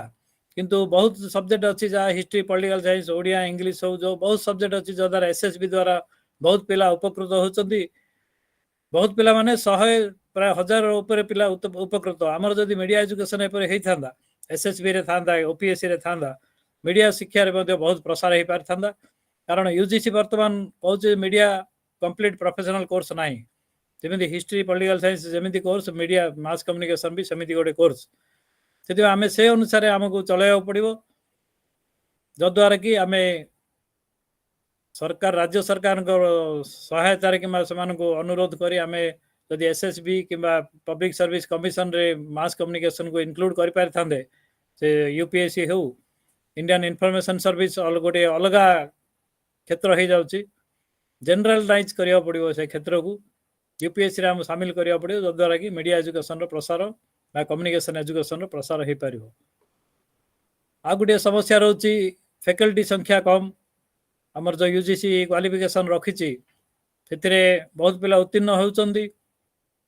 किंतु से उत्तीर्ण द्वारा आमर किंतु आमर जो पिरामिड स्ट्रक्चर अच्छी से 7 जन अधिक आम नहीं पार्बानी ये तो प्रथम कथा द्वितीय कथा है प्राइवेट यूनिवर्सिटी इंस्टीट्यूट रे आम फैकल्टी संख्या बहुत रोचे जाऊँच रोटेशन बहुत चेंज होची कन्स्टान्सी रोनी द्वारा कि मीडिया एजुकेशन बाधा प्राप्त होची और सेकंड है मैनेजमेंट कि आईटी क्षेत्र जी एडमिशन फीस अनुसार जी दरमा मिलूँ आमर शिक्षक मानू से दरमा प्राइवेट मिलूनी से हतोत्साहित होती तद्वारा मीडिया एजुकेशन भी बाधा प्राप्त होची से गोटे समस्या अन्य एक समस्या है प्रोफेशनल मीडिया प्रोफेशनल को आम एजुकेशन क्षेत्र में सामिल करने को असमर्थ होचु जदियो कम्प्लीटली आम 5 दिन पे 10 दिन पे मीडिया प्रोफेशनल को डाकुचु से पढ़ाऊँ किंतु फुल फ्लेज से रखी होनी बर्तमान प्रोफेसर ऑफ प्रैक्टिस जो कॉन्सेप्ट अच्छी इम्प्लीमेंट संपूर्ण रूपे इम्प्लीमेंट करा पड़ो जद्वारा कि आम मीडिया प्रोफेशनल केवल टेलीविजन न्यूज पेपर नहीं पब्लिक रिलेशन एडवर्टाइजिंग एनजीओ क्षेत्र में जो मैंने मीडिया काम कर प्रैक्टिकल काम कर फिल्म क्षेत्र हो जो काम कर एकेडमिक क्षेत्र सामिल करवा जद्वारा कि theory course plus practical course सम्मिश्रण रे आम काम करवा आम प्रैक्टिकल तो पढ़ौचे कि जो मैंने प्रैक्टिस रे काम कर ज्ञान आम बहुत अधिक कारण से निजे काम कर भी सामिल करने पड़ो जद्वारा कि थियोरी एंड प्रैक्टिस गोटे सम्मिश्रण रे कोर्स बढ़ी पार ता गोटे सजेसन होगा समस्या हो तार सजेसन कहूँ ओडिशा क्षेत्र में आउ एक समस्या रही जो जहाँकि आम कह media concentration of media education आम जो देखा भुवनेश्वर एवं तार आखपाख अंचल ही प्राय 12टी 13टी यूनिवर्सिटी अच्छी जो मैंने मीडिया शिक्षा प्रदान कर वेस्टर्न ओडिशा रे मीडिया शिक्षा almost zero Odisha state open university अच्छी किंतु ताहा करेस्पोंडेंस कोर्स प्रदान करपटे ब्रह्मपुर यूनिवर्सिटी कोरापुट रे अच्छी उपरे बालेश्वर रे केवल मीडिया शिक्षा प्रदान करा बाकी ऑल ओडिशा रे 4-5 यूनिवर्सिटी एवं आईएमसी ढेंकानाल प्रदान कर ऑल ओडिशा रे 4-5 यूनिवर्सिटी भुवनेश्वर छाड़िले 4-5 इंस्टीट्यूट रे ही मीडिया शिक्षा प्रदान करा भुवनेश्वर ही 12-13 इंस्टीट्यूट अच्छी ता जो इनइक्वालिटी आमर ओडिशा रे अच्छी ताकू दूरकरण करिया पड़िबो सब क्षेत्र में मीडिया शिक्षा और मीडिया एजुकेशन खोलिया पड़ो तबे रिसेंटली रायगड़ा कॉलेज रे अंडर ग्रेजुएट कोर्स खोलिला सेमिति बहु कॉलेज रे जदि अंडर ग्रेजुएट कोर्स खोली पारियो तेबे ताहा पीजी पिलांग पे एडमिशन पे इंटेक पे बढ़िबो इंटेक रो भी समस्या रहउची पीजी क्षेत्र रे बहुत यूनिवर्सिटी रे खोलुची किंतु सीट फिलअप होउनी से तार दूरीकरण पे हम अंडर ग्रेजुएट लेवल रे स्टार्ट करिया पड़ियो आउ एक जद्वारा कि आमर ग्रेजुएशन क्षेत्र में मीडिया एजुकेशन अंडर ग्रेजुएट खोलिले इंटीग्रेटेड ग्रेजुएशन खोलिले भी आम मीडिया एजुकेशन रो वृद्धि घटी पार आ गोटे समस्या आम जो बहुत प्रोफेसर कहते विश्वजीत दास आर्टिकल रे कहते जे प्राइमरी स्कूल रे मीडिया शिक्षार आवश्यकता रही प्राइमरी स्कूल रे ऑडियो विजुअल पढ़ा होची विभिन्न पोस्टर दिया होची पैम्पलेट फ्लेक्स बना होची पिला अवेयरनेस कराऊँच किंतु मीडिया शिक्षार प्रसारण कराऊनी मीडिया शिक्षा प्राइमरी स्कूल स्टार्ट कले बहुत भल होता मिनिमम शिक्षा जमी कि आम interpersonal group communication mass communication विषय रे सम्यक धारणा आम जब स्कूल लेवल रे प्रदान करिपारिबा तेबे तार मध्य समाधान हो पार sir if you don't mind so हम टिके टाइम मेंटेन करबा एवं आपन को मते बहुत पचरिया पे मते हमरो स्कॉलर माने स्टूडेंट माने भी अछंती ओ वर्तमान हमरो कंक्लूजन करछि सर जे एति मते कहबारे न्यू एजुकेशन पॉलिसी रे जो मुख्य विषय रही ताकू आमे तुरंत इम्प्लीमेंट करिया पड़ियो। मुख्य विषय भितरु मीडिया एजुकेशन मु जेमिति कहली कि रिसर्च थ्योरी आउ प्रशिक्षण ट्रेनिंग ए तीनोटीर सम्मिश्रण रे मीडिया एजुकेशन को बढ़ाया पड़ियो। एवं एनईपी अनुसार आम मुख्य आउरी गोटे सजेशन मु कहबी जे रीजनल लैंग्वेज रे मीडिया शिक्षार प्रसार बहुत करवा आवश्यक रही। आम जहाँ करचे प्राय इंग्लिश क्षेत्र में करचे। आंचलिक भाषा रे मीडिया क्षेत्र प्रसार बहुत आवश्यकता रही कारण इंग्लिश रे पाठ पढ़ुଛନ୍ତି किंतु ओडिया चैनल रे काम करଛନ୍ତି ताहा दूरीकरण पे आम गोटे गैप रही भाषार गैप ताकू दूरीकरण करिया पड़ियो। एवं बहुत सजेशन अच्छी जो गवर्नमेंट को आम सजेशन करिया पड़ियो जे पीएचसी रे आमर शामिल करा जाओ एवं अंडर ग्रेजुएट कोर्स रे बहुत प्रसार करा जाओ जद्वारा कि एथिरे मध्ये समाधान हबो। आउ गोटे इम्पोर्टेंट है इंटरडिसिप्लिनरी रिसर्च ताकू बढ़ाया पड़ियो। खाली आइसोलेशन रे रिसर्च कले हेनी ता सहित सोशल साइंस अन्य ह्यूमानिटी सहित सामिल होई कोलाबोरेटिव ट्रेनिंग आजिकल जो कौन कोलाबोरेटिव डिपार्टमेंट कोलाबोरेशन रोनी। केंद्रीय विश्वविद्यालय कोरापुट रे कौन होची एफएम विश्वविद्यालय बालेश्वर जानना बालेश्वर कौन होची किट विश्वविद्यालय जानना बीजेपी रे कौन होची आमे जानू ना एमिति परस्पर जदि आमे कोऑर्डिनेशन रे काम करता मीडिया शिक्षार और प्रसार हो पारता। एबे ओडिशा केवल नुहे प्रति राज्य जदि एमती कोऑर्डिनेशन कोलाबोरेटिव अप्रोच जहाँ आम कह जाए कोलाबोरेटिव अप्रोच रे काम कले मीडिया शिक्षार प्रसार हो पार।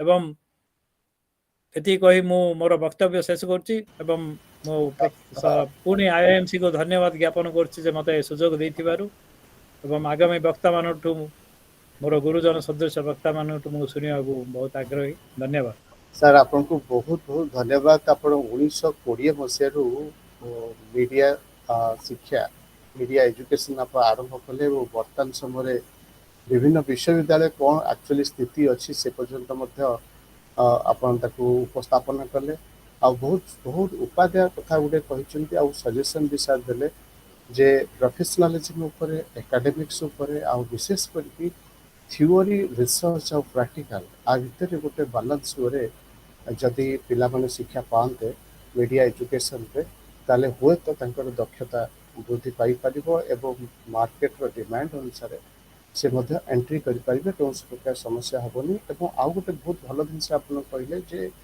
स्टाफ सिलेक्शन कमिशन बोर्ड जो रही से एंट्री हो पारुनी बीजेएमसी कोर्स बहुत गोटे यूनिवर्सिटी नहीं।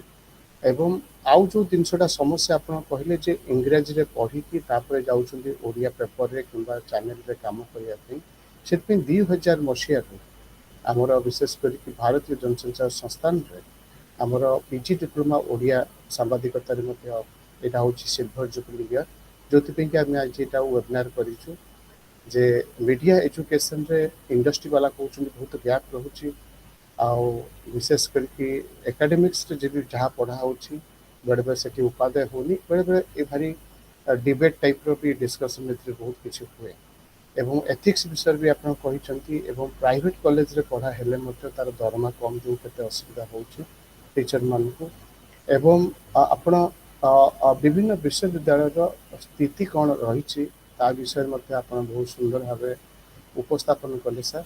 निश्चय भाव यहीटा बहुत आम को जो मैंने पार्टिसिपेंट अच्छा आम भी बहुत बड़ शिक्षा है। बर्तमान मु अनुरोध करी आमर निरंजन सार को ओडिशा लाइव संपादक गोटे दिन अनुरोध रक्षा करी निवेदन रक्षा करी जे सार तो मीडिया एजुकेशन बर्तमान जो स्थिति अच्छी विभिन्न यूनिवर्सिटी हो पीजी डिप्लोमा जो इंस्टीट्यूट चलुची से कौन आउ इम्प्रूवमेंट हवा दरकार आ गोटे मीडिया इंडस्ट्री को जिते गोटे आमर ट्रेनिंग जर्नालीस्ट हो आमर मास्टर डिग्री सारिकी पीजी डिप्लोमा सारिकी जिते से जॉइन करने जाऊँगी मीडिया इंडस्ट्री कौन सब डिमांड्स रही चाहे नॉलेज क्षेत्र में हो स्किल क्षेत्र में हो टेक्निकल क्षेत्र में हो टेक्नोलॉजिकल क्षेत्र में हो डिजिटल मीडिया क्षेत्र में हो तार कौन एक्चुअली आवश्यकता रही जोटा कि आप अनुभव कर मीडिया इंडस्ट्री एंट्री कला किसी डेफिशिएंसी रही आउ कौन शिक्षा दबा दरकार जो थे कि से रेडी होगी से जॉइन करें प्रोफेशनलिज्म विथ प्रोफेशनलिज्म से काम भी करें बता निवेदन रखी निरंबर सार को उपस्थापन कर समस्त को प्रथम नमस्कार। धन्यवाद डॉक्टर बिरंची नारायण सेठ। मु प्रथम कृतज्ञता जनइबी प्रोफेसर आनंद प्रधान को मत इनवाइट कर गोटे सेमिनार को। प्रोफेसर मृणाल चैटर्जी, डॉक्टर प्रदोष रथ मोर बंधु एवं डॉक्टर चिरश्रोता जेना, सौम्यरंजन बिहारा और अन्य अध्यापक अध्यापिका मान को अभिनंदन जनाया चाहिए। एवं आईआईएमसी पक्षर जो ओडिया सांबादिकतार जो रौप्य जयंती पालन करा से अवसर में दुई जन प्रोफेसर और पूरा टीम को मुझे अभिनंदन जनाइबा चाहिए। कारण ओडिशा बा ओडिया सांबादिकता क्षेत्र को बर्तमान जो मॉडर्न आज समय आईआईएमसी विशेषकर ये कार्यक्रम निश्चित भाव बड़ अवदान रही। एवं ये वेबिनार जोड़ी होता अन्य अध्यापक अध्यापिका छात्र छात्री मान मोर अभिनंदन। परिवर्तित दृश्यपटरे सांबादिकता शिक्षा गोटे डायनेमिक सब्जेक्ट। आपन जो दिन से विषय कथा हे नुआ नुआ कथा विषय कथा हेबाक पड़ियो। मुझे मुख्यतः तीनोटी भाग में विभक्त करी कहवाक चाहिए। प्रथमटी है सांबादिकता शिक्षा और तालीम, जहाँ पर मुख्यतः प्रदोष प्रभु अनेक कथा कहते। द्वितीय कथाटी हूँ ओडिया सांबादिकता, जोटा आम ओडिशा रे कहूँ मोस्टली ओडिया भाषार सांबादिकता। एवं तृतीय कथाटी हूँ जो परिवर्तित दृश्यपट कथा आम कहते, कौन से परिवर्तित दृश्यपट एवं तार इंपैक्ट आम एजुकेशन ट्रेनिंग स्किलिंग उपरे आसुची और आमर इंडस्ट्री पे कौन आसुची। मो विचार रे सांबादिकता शिक्षा केवल समसामयिक बा कंटेम्पोरारी हम ना, सेटा सुदूर प्रसारी हवा दरकार, गोटे फ्यूचरिस्टिक हवा दरकार। यह ही संभवतः आज सांबादिकता शिक्षा और तालीम अनुष्ठान सबुठ बड़ आह्वान। आपन गोटे एजुकेशन को केवल कंटेम्पोरारी करेंगे, केमती फ्यूचरिस्टिक करेंगे, इंडस्ट्री आसंता काल इंडस्ट्री केमती आपन प्रस्तुत हेबे, आपन छात्र छात्री प्रस्तुत करेंगे, से गोटे छोट कथा नुह, सहज कथा नुह। प्रथम मुझे अभिनंदन जनइबी समस्त जो मैंने सांबादिक शिक्षा क्षेत्र अच्छा जी इन्स्टिट्यूशन ओडिशा बाहर भी जे अनेक परिमाण में आज आम से अचीव करूँ, कि एंगल अच्छी जहाँ आम बहुत समय लगी पारे। प्रथम कथा हूँ समसामयिक और सुदूर प्रसारी, जो दुईटी पॉइंट कहली। आज सांबादिकतार परिभाषा बदली जाए। आज आपणकर जे मास कम्युनिकेशन कोर्स करुच्ची, मास जोटा प्रदोष बाबू कहते तार नोमेनक्लेचर को लेकिन केवल आम सांबादिक हाँपाई पाठ्यक्रम पढ़ाऊँ सेमती कथा ना। आगुरी हूँ गोटे समय थिला जे आपण जर्नलिज्म एंड मास कम्युनिकेशन गोटे प्रोग्राम करुँच, मोस्टली आपण हार्डकोर जर्नलिज्म रोचे, जो प्लाटफर्म रोचे प्रिंट टेलीविजन रेडियो व्हाटएवर। किंतु आज दिन में जर्नलिज्म सांगे बहुत एक्टिवली आम काम करुँ। PR, corporate communication, development communication, branding and advertising, social media strategy communication, social media गोटे मेजर रोल प्ले करुँच मार्केट रे। डिजिटल मार्केटिंग गोटे दिग, आ छड़ा अदर एप्लाइड एरियाज अच्छी। तेणु एवं भितर मुझे 5टी कथा कहना चाहिए जे कौन कौन दिग आमको इन्फ्लुएंस करुच्ची सेक्टर गुड़ाक सफलतार सह काम करने, निजर गोटे करियर ग्रोथ अचीव करने। मुझे इंडस्ट्री पॉइंट ऑफ व्यू कहना चाहिए। प्रथम कथा हूँ आमर जर्नलिज्म जो जो पाठ्यक्रम रहा, जर्नलिज्म दिग रहा। सेकेंड कथा हूँ कम्युनिकेशन गोटे एंगल रहा। थर्ड हूँ क्रिएटिव प्रोडक्शन, जोटा अनेक समय मिसिंग रोचे। आमर ट्रेंड जो प्रोफेशनल मान इंडस्ट्री को आसुँच से दुर्बल रोचे जो क्रिएटिव प्रोडक्शन दृष्टि। आउ दुईटा दिग मुझे आड करने चाहिए, गोटे हूँ कम्युनिकेशन मैनेजमेंट, आ गोटे हूँ कम्युनिकेशन टेक्नोलॉजी। सो मु रिपीट करुच्ची, सो जर्नलिज्म जो आप पढ़ाऊँ, कम्युनिकेशन भी आप विविडली पढ़ाऊँ, क्रिएटिव प्रोडक्शन एक्सरसाइज भी मुझे विभिन्न इन्स्टिट्यूट देखी बहुत भल एक्सरसाइज होची। किंतु पिला माने जो छात्र छात्री माने आसुचंती इन जनरल बहुत माने से बाबत बहुत दृढ़ नुहंती, बहुत स्किल्ड लागू ना अनेक समय जो आम इंडस्ट्री काम करूँ। कम्युनिकेशन मैनेजमेंट अर्थात मैनेजमेंट परिभाषा मुझे आड़ हवा दरकार, एवं टेक्नोलोजी जहाँ जहाँ चेंजेस आसुची केमती आम एडप्ट करवा। सो मोटामोटी भाव देखिए अगेन मुझे 3 भाग विभक्त करना चाहिए। गोटे हूँ निजुक्ति संभावना, एम्प्लॉयबिलिटी स्किल आम कौन दौरान। द्वितीय कथा हूँ वास्तविक योग्यता कौन जड़े जड़े प्रार्थी पाखे। और तृतीय कथा जोटा अति गुरुत्वपूर्ण इंडस्ट्री से दक्षता और पारदर्शिता, तार स्किल और से एक्सेल कला भर कौन संभावना रही।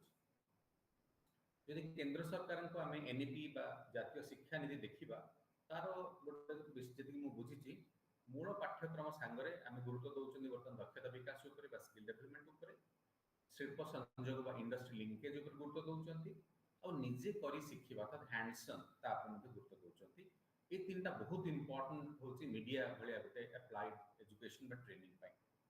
तेणु यही प्रमुख दिग उपर गुरुत्व देवा सहित प्रथम कथा है सांबादिकता गण आम पीढ़ी को बेसिकली केमती एम्प्लॉयबल करिवो अर्थात नियुक्ति उपयोगी करिवो, सुदक्ष करिवो अर्थात हाईली स्किल्ड करिवो, सर्जनशील करिवो अर्थात क्रिएटिव करिवो, आगामी काली पे प्रस्तुत करिवो अर्थात फ्यूचर रेडी करिवो एवं परिचालनागत दक्षता एवं वैश्विक दक्षता बा मैनेजमेंट स्किल और टेक्नोलॉजी को अडॉप्ट करिया पे मध्य आमे आम छात्र छात्री मान को क्लासरूम रे लैब रे सिखेबा दरकार। तेणु सांबादिकता बा जोगाजोग पाठ्यक्रम बा कम्युनिकेशन स्टडीज को समसामयिक एवं सुदूर प्रसारी करबा लागि प्रति शिक्षानुष्ठान बा तालीम प्रतिष्ठान को प्रथमे दक्ष एवं शिल्प और समय उपयोगी होगा पड़ो। इंस्टीट्यूशन मान को प्रथमे परफॉर्म करिया पड़ो जो हम एक्सपेक्ट कर स्टूडेंट माने खाली कैंडिडेट माने केमती इंडस्ट्री परफॉर्म करेंगे। तो तांको पे तीन चार पॉइंट मो मन को आसुचे लगातार भाव में पाठ्यक्रम रे आपण आधुनिकता आनिबे। आपण बोर्ड ऑफ स्टडीज माध्यम रे कोर्सेस को आपण अपडेट करूछंती ताको सब देखिबे के आउ कोन अपडेट होबा कथा। वैश्विक तालीम ऊपर गुरुत्व देबे, टेक्निकल्स ऊपर हैंडसम तालीम ऊपर अधिक गुरुत्व देबे, दक्ष शिक्षक शिक्षा एवं तालीम उपकरण बा भित्तिभूमि जोटा प्रदोष बाबू भी कहते शिक्षक प्रथम दक्ष होगा दरकार आउ तालीम आवश्यक शिक्षा और तालीम उपकरण एडिक्वेटली आपन पाखे रहिबा दरकार एवं गोटे मोटामोटी भाव में सामग्रिक भाव में आपन भित्तिभूमि सुदृढ़ थिबा दरकार। जेतले आपन इंडस्ट्री पई जने कम्युनिकेशन स्पेशलिस्ट को पठौछन। पंचम कथाटी होची शिक्षानुष्ठान शिल्प सहभागिता बा एकेडमिक इंडस्ट्री कोलैबोरेशन ऊपर हमें गुरुत्व देवा दरकार। जदि ए विषय में सब बेले कथा हो कि मोर मन हुए अनेक शिक्षानुष्ठान जो माने मास कम्युनिकेशन पढ़ाउछंती से मानकर इंडस्ट्री लिंकेज बहुत दुर्बल। मु एटा निज व्यक्तिगत भाव लक्ष्य करिछि केते हाथ गणित इंस्टीट्यूशन छाड़ी दिले ओडिसा प्राय जगह दुर्बल। एबे देखिबा शिक्षा और तालीम व्यवस्था को दृढ़ करबा पई मोर दु तीन पॉइंट अछि आपन मन तक विचार कर परिबे। प्रथम कथाटी होछि सांबादिकता शिक्षानुष्ठान रे शिल्प अनुभवी व्यक्ति सामयिक नियुक्ति जोटा प्रदोष प्रोफेसर प्रैक्टिस कथा कहउतिले एटा वास्तविक प्रैक्टिस को हम देखुन ओडिसा रे। बहुत वर्ष तले मैं पढ़ी जे अमेरिका रे से माने इंडस्ट्री लोकटे 6 मास पे जाए एकेडमिक्स लोकटे 6 मास वर्ष पे आसी जाए इंडस्ट्री को। अर्थात जने डायरेक्टर आईएमसी रो होतो काली एडिटर ही हिसाब रो टेलीविजन चैनल वर्ष चलाउथिबे गोटे टीवी चैनल रो न्यूज एडिटर बा एडिटर को तो आईएमसी रो डायरेक्टर ही कि 1 ईयर देखि पाठ पढुथि बा प्रोफेसर ही पाठ पढुथि। एटा तो भारत वर्ष में जानि कोठी छि बट एटा गोटे लागुछि सामयिक भाव रे 5 days 10 days 1 month 3 months program ही पारे। 1 2 मीडिया एवं कम्युनिकेशन दुनिया रो प्रतिष्ठित व्यक्ति को शिक्षादान एवं तालीम कार्यक्रम बा कर्मशाला परिचालन लगी निमंत्रण आपण करूछंती किंतु मते लागुछि आहुरी अधिक हवा दरकार, व्यापक हवा दरकार, स्ट्रक्चर्ड हवा दरकार और सेथि पई किछि आपण मानकर मध्य बजेट प्रोविजन रहे दरकार। मु प्राय यूनिवर्सिटी जाए मु देखुछि जहा लिमिटेशंस अछि जने भल प्रोफेशनल को आपण 3 दिन पे डाकिबे कि 5 दिन पे डाकिबे आपण ताको एडिक्वेटली कैटर करिवा दरकार ताका जीवा सिवा कि रहिबा एवं रेम्युनरेशन मध्य एटा रेस्पेक्टफुल हवा दरकार। ताहले अनेक लोक भी आसी पारिबे ब्रेक नबा पई हबो गोटे चेंज पई आसी पारिबे। थर्ड पॉइंट होची बछा बछा गणमाध्यम पेशादार को मेंटर भाबे शिक्षानुष्ठान बा मेधावी छात्र छात्री सह जोड़ा जाई पारिबो। मु अनेक जगह यूनिवर्सिटी ऑफर करिछि जदि आपनकर 3 रु 5 जन छात्र छात्री जो माने मेधावी जो माने सीरियस आपण ताको जोड़िबा को चाहउचंती मेंटर हिसाब रे हम भी जोड़ी पारिबे मे बी आमे ताको गाइड करि पारु हेल्प करि पारु। So let me repeat first होची प्रोफेसर प्रैक्टिस, सेकंड होची आपण अधिक रो अधिक प्रोफेशनल लोक आनी पारिबे टिके 3 दिनिया 5 दिनिया 7 दिनिया प्रोग्राम्स को आउ आपण केमती जदि मेंटरशिप भले किछ कथा भाबी पारे। मोर फर्स्ट पार्ट थिला एजुकेशन ऊपर, सेकंड पार्ट होची ओडिया सांबादिकता। आज सांबादिकता एवं गणयोगाजोग क्षेत्र पेशादार मानक पई निजुक प्रतिष्ठित करबा लागि केवल सांबादिकता बा जर्नलिज्म क्षेत्र सीमित होई रहि नाही। मु आगु टिके आगु कहिछि जे जर्नलिज्म बा mass communication is not limited to journalism. एटा हमकु बारंबार चिंता करिया पड़िबो समय दाबी हिसाब रे। सांबादिकता जेमती गोटे थिला सांबादिकता प्रिंट रेडियो कम्युनिकेशन ने मु रिपीट करूची PR public relations and corporate communication strategy communication social media digital marketing advertising development communication इत्यादि। देखो डेवलपमेंट कम्युनिकेशन भारत रे बा आपन साउथ ईस्ट एशिया बहुत वर्ष ला प्रैक्टिस होची किंतु एबे भी हम जे खोजिबु जे डेवलपमेंट सेक्टर रो किछि प्रोफेशनल को कोनोसी प्रोजेक्ट पई बा फुल टाइम पई हमें भी पाई करनु। तेणु मते लागुनी adequately skilled market ready development professionals माने बेसिकली यंग जनरेशन ने अवेलेबल ऑप्शन की ओडिशा इन पर्टिकुलर। नेक्स्ट हो any freelance assignment. Third point होची मीडिया एंटरप्रेन्योरशिप। हमको क्लासरूम रे वर्तमान स्टूडेंट मान को कहबा को हो जे maybe from the beginning of your career, maybe at the middle of your career, और मे बी आप कोन छोट पॉइंट रे विथ मीडिया एंटरप्रेन्योरशिप को अडॉप्ट करि परिबे एवं आपण निजे जने जॉब सीकर नहीं जॉब गिवर हे परिबे एवं किछि इनोवेट करि परिबे। तेणु प्रथम कथा गणमाध्यम शिक्षा समाप्त पर प्रार्थी मैंने विभिन्न क्षेत्र में काम करें सूचना और भरोसा से पाइबा दरकार। केवल केवल जर्नलिस्ट हिसाब न reporter, copy editor, news editor नुह, आहरी अनेक कथा अच्छी, अनेक सेक्शन अच्छी, सेगमेंट अच्छी, आपण काम करें।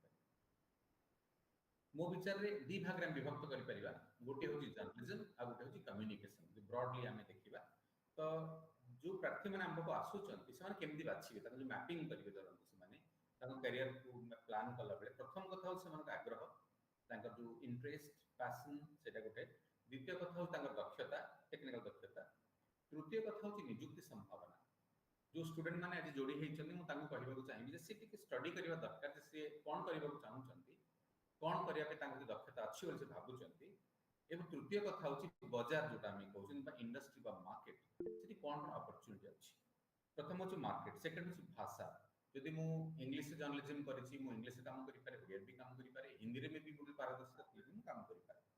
तेणु सेकेंड लैंग्वेज। थर्ड हूँ मीडिया सेगमेंट, मु प्रिंट रे काम करि पारे, प्रिंट पर अन्य जगह जाई पारे, मु सीधा डिजिटल काम करि पारे, मु कोनोसी कम्युनिकेशन एजेंसी जॉइन करि काम करि पारे। सो बाजार by in the market, language और मीडिया सेगमेंट, ए तीनटा वेरिएशन हे पारे। नेक्स्ट पॉइंट हूँ नूतन संभावना बा न्यू मार्केट कौन रही मोबाइल। मु सजेस्ट करी जल्दी आप डिजिटल को फोकस करेंगे, सोशल मीडिया को फोकस करेंगे, मोबाइल टेक्नोलॉजी ऐप बेस्ड जो एम्प्लॉयमेंट अपॉर्चुनिटी अच्छी भी कम्युनिकेशन स्पेशलिस्ट बना पई ताको फोकस करेंगे। यदि आप कंटेंट लोकलाइजेशन को फोकस करेंगे, for example translation, transcription, subtitling, content validation, यदि आपनकर भाषा उपर दक्षता अच्छी, धरन ओडिया भाषा दक्षता अच्छी, आप मास कम्युनिकेशन पास करके आसिले, आप घरे बसिक भी कम्युनिकेशन स्पेशलिस्ट हिसाब रे, कंटेंट वैलिडेटर हिसाब रे भी काम करेंगे, ग्लोबली काम करेंगे। तो प्रार्थी मान मोर परामर्श होची से माने गणयोगायोग शिल्प बा मीडिया इंडस्ट्री क्षेत्र में नूतन संभावना बा आधुनिक कैरियर सुजोग उपर सब ध्यान देवा दरकार। हाँ, एथे रिस्क अच्छी, नो डाउट, अनेक समय लगे रिस्क अच्छी, किंतु हिंदी रे कहले जो अच्छे आप आर्ट देखिए डर की आगे जीत है, किंबा गोटे सीरीज रे शुणी थे रिस्क है तो इश्क है, रिस्क है, यस रिस्क है, रिस्क नेबेनी तो अपनी कौन करेंगे लाइफ रे। एथिପାଇଁ आपनको दक्ष हेबाकू पड़िबो, कामचला प्रोफेशनल हेले आपण कर परिबेनी, प्रतिदिन आप निजको अपडेट करियाकू पड़िबो एवं ग्लोबल ट्रेंड संगे आपण चलेबाकू पड़िबो। मु कहिबे जे जदि आपण ए जो नूतन दुनिया को नजर पकेबे, आपण प्रचुर संभावना अछि। आपण करियर को फास्ट ट्रैक करि पारे, बहुत फास्ट मूव करि पारिबे, बेटर सैलरी पाई पारिबे, बेटर अपॉर्चुनिटी पाई पारिबे, लीडरशिप पोजीशन को जाई पारिबे, परे एंटरप्रेन्योरशिप पोजीशन दे पारिबे, ग्लोबल जॉब अपॉर्चुनिटी को आपण एक्सप्लोर करि पारिबे। मु अति संक्षिप्त भाव रे कहिबी 2000 मसिहा अगस्त मास बेलू मु संवाद काम करथिले सीनियर रिपोर्टर हिसाब रे, मते ईटीवी रो अपॉर्चुनिटी मिलला कॉपी एडिटर हिसाब रे, एवं मते कोहा गला हैदराबाद जीवा पे, हैदराबाद डेस्क पे।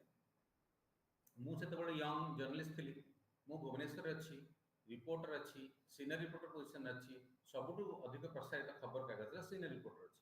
मु कहीं हैदराबाद जीवी, डेस्क को जीवी, रिस्क नेबी, मु जीवा को चाहनुतली इनिशियली, बट मु गली तापर मु जीवार 15 दिन परे I became the almost like the news editor. 1.5 मास भितर I was formal news editor, 1.5 वर्ष भितर I was the channel incharge, with in probably 2.5 or 3 years I become the network editor.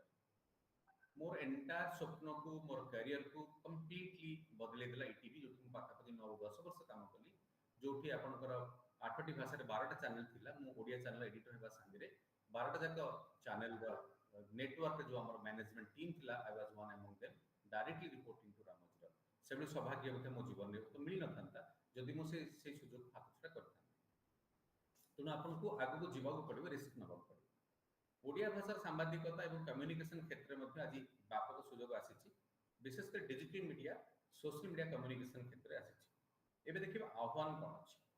यदि आप ओडिशा इंडस्ट्री कथा देखुं, केवल ओडिया सांबादिकता नहीं, ओडिशा इंडस्ट्री भी हम कहवा, ओडिया इंग्लिश हिंदी जहाँ भी ओडिशा बेस्ट मीडिया भी कहवा, ओडिशा मार्केट छोट, पाठक पाटिका संख्या छोट दर्शक संख्या कम आप हिंदी संगे कंपेयर करेंगे बांग्ला संगे कि तेलुगु संगे कंपेयर करेंगे सीमित विज्ञापन सुजोग मीडिया सब बंचे मुख्यतः विज्ञापन उपर एडवर्टाइजमेंट उपर दैट वाज द मॉडल एबे सब्सक्रिप्शन मॉडल आसला अदर मॉडल एबे नुआ आसला सो स्मॉल मार्केट एवं आपण एडवर्टाइजमेंट भी चैलेंजेस अछि तार इंपैक्ट कोन होची तार इंपैक्ट हेची आपनकर बेसी अपॉर्चुनिटी नाही माने पदवी संख्या कम बहुत चाकरी सुजोग नाही दरमा कम मिलुची ऑलरेडी प्रदोष बाबू कहउतले बेटी पर बदलिची प्रदोष बाबू माने जो माने भीतर भल संभावना अछि भल दरमा मिलियो संभावना अछि थर्ड होची सीमित करियर ग्रोथ आपण गोटे जगह जॉइन कले 5 वर्ष पर कोठथिबे 10 वर्ष पर कोठथिबे सेतर मध्ये सीमा अछि ऑब्वियसली गोटे बड़ कथा अछि से होची मिड करियर क्राइसिस आपण यदि 40 वर्ष हो जाइछि 45 वर्ष हो जाइछि कोनोसी कारण आपण चाकरी हरैले चाकरी छाडी देले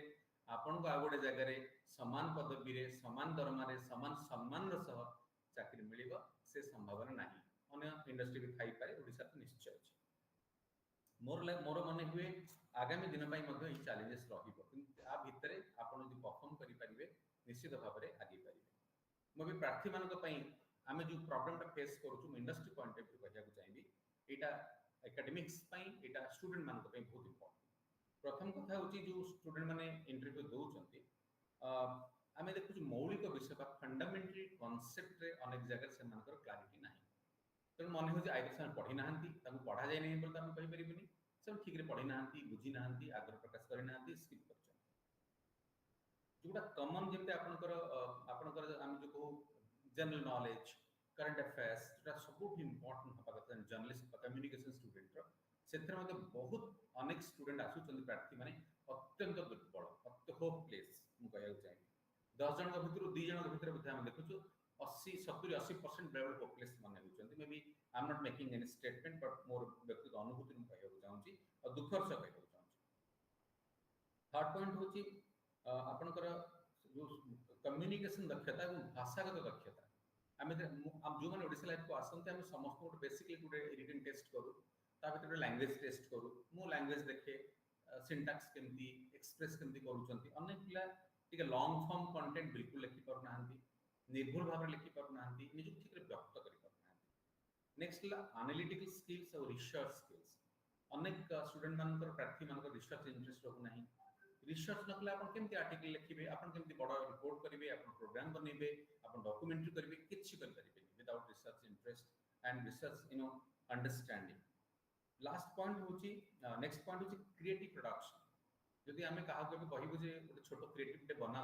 सोशल मीडिया पोस्टिंग पई ताले केमिति बनेबो तार आइडियाटा कोन तार विजुअल कंपोनेंट कोन हो टेक्स्ट कोन हो केमिति अपन सजेबे कंपोजिशन कोन करिवे एस्थेटिक्स कोन एब्सोल्युटली अनेक छात्र छात्रींकर बिल्कुल ए बाबत कोन से आग्रह संभव नै एटा इंडस्ट्री में बड़ा प्रॉब्लम होची लास्ट पॉइंट होची लीडरशिप स्किल जेमति proactiveness innovativeness collaboration time and task management result oriented work और प्रोजेक्ट मैनेजमेंट इतिर मध्ये दुर्बल अछि तो प्रार्थी मान मोर परामर्श रहिबो जे से माने let them look beyond Odia language मो अपॉर्चुनिटी टर्म रे कहूची जे केवल ओडिया भाषा रे मु करियर करबी सेमती कथा नै let's look beyond Odia language let's look beyond Odisha the geography केवल ओडिसा रे मु काम करबी नो मु बाहर काम करि परिबी एबे करि परिबी बा परे परे ओडिसा को फेरी परिबी थर्ड होची look beyond journalism as a career केवल मु सांबादिक भी रिपोर्टर रहबी ता बाहर को देखन तेणु असल सांबादिकता आज वास्तविक देखा गले सांबादिकता कहवा आम असल सांबादिकता आज काठगड़ार ठिया विराट आह्वान आम सामना करुचु वृत्तिगत दृष्टि और व्यवसाय दृष्टि तेणु सारा पृथ्वी आपको आह्वान करुच्ची से आह्वान को आप स्वीकार करूँ निज को जो दक्ष कम्युनिकेशन स्पेशलिस्ट भाव में आप गढ़ी तुरंत ए चाकरी करूँ मुक्त ब्रुत बा फ्रीलांसर हिसाब से काम करूँ एंटरप्रेन्योर बा उद्योग हिसाब से काम करूँ ये सब क्षेत्र में आपको व्यापक सुजोग और संभावना आसो एवं मो लास्ट पार्ट को आसवा चाहिए जोटा हूँ परिवर्तित दृश्यपट प्रथम कथा हूँ परिवर्तित दृश्यपट कौन आम देश में दिने सांबादिकतार लक्ष्य थिला जे लोकों को पराधीनतार मुक्त करवा आप देखिए स्वाधीनता संग्राम गोटे अस्त्र होता सांबादिकता साहित्य सबुठ अधिक लोकप्रिय होता सांबादिकता और साहित्य कारण से पराधीन भारत में पराधीनता लोक मान मुक्ति पाए से लड़े करुला अग्नि संयोग करुला जमी निया ये कला भाया सेकेंड पार्ट रे परे सांबादिकता सूचना और प्रसारण ପାଇଁ मुख्य माध्यम है, अर्थात इनफॉर्मिंग एजुकेटिंग एंड एंटरटेनिंग जो आपनकर कोर ऑब्जेक्टिव मीडिया सेटा तो हमें अचीव कर ता भीतर आपन प्रिंट रेडियो टेलीविजन है कि डिजिटल में पहुंचे। तो आज आम देखा आज सांबादिकता और जोगाजोग बा कम्युनिकेशन मूल मंत्र हूँ आम जीवन जमीक वृत्तिगत व्यक्तिगत और वृत्तिगत एवं शिल्प एवं उद्योग आम समाज बा व्यापक समाज एवं जातीय तथा अंतर्जातीय क्षेत्र को परिपुष्ट समृद्ध और सक्रिय करवा। तेणु ए क्षेत्र में काम करुवा प्रत्येक पेशादार व्यक्ति भूमिका और दायित्व अत्यंत गुरुत्वपूर्ण। मु भावुची जे आज जर्नलिज्म और कम्युनिकेशन प्रोफेशनल मानकर भूमिका गतकाल ठार अधिक बढ़ी जाइए, अधिक व्यापक होती, रेस्पॉन्सिबिलिटी बढ़ी। तेणु आमको प्रस्तुत होगा कौन मुख्य परिवर्तन होती, चैलेंजेस कौन अच्छे basically. Technology bring disruption, disruptions creates space for innovation, innovation offers new opportunities. Let me repeat, technology brings disruption, disruptions create space for innovation and innovation offers new opportunities. वास्तविक आम देखा आम सबू डिस्ट्रप्शन प्राइमरीली टेक्नोलॉजी पे होती। प्रथमे internet को आरंभ करेंगे, इंटरनेट पर वेब मीडिया पर डिफरेंट टाइप मोबाइल एप्लिकेशन, तापर आप देखिए मोबाइल फोन व्यापक व्यवहार और टेक्नोलॉजी व्यापक व्यवहार, wide popularity of social media, digital and mobile technology विकास और व्यवहार एवं बर्तमान आसीगला एआई ऊपर मु अधिक कहबाक चाहूनी, आम समस्ते परिचित अच्छा। तेणु मेन हूँ ये जो टेक्नोलॉजिकल डिस्ट्रप्शन आसला ता सहित आम केमती निजको ग्रो करवा।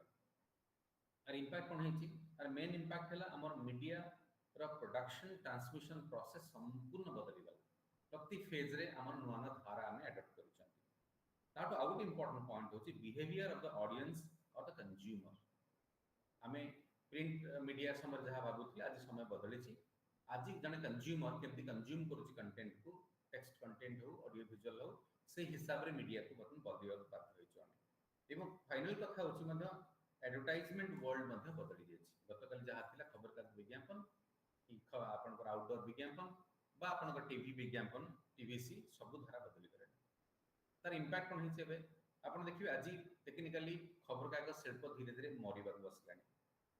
लोक मैंने सीधा सड़क वेबसाइट न आसी mobile app content aggregation platform social media माध्यम खबर पढ़ुं। आम जो 2012-13 मसीहा 10 मसीह पोर्टाल स्टार्ट कलु आम लगे लोक सब लॉगिन करके आम पोर्टाल खबर पढ़े तो आम धन्य हो।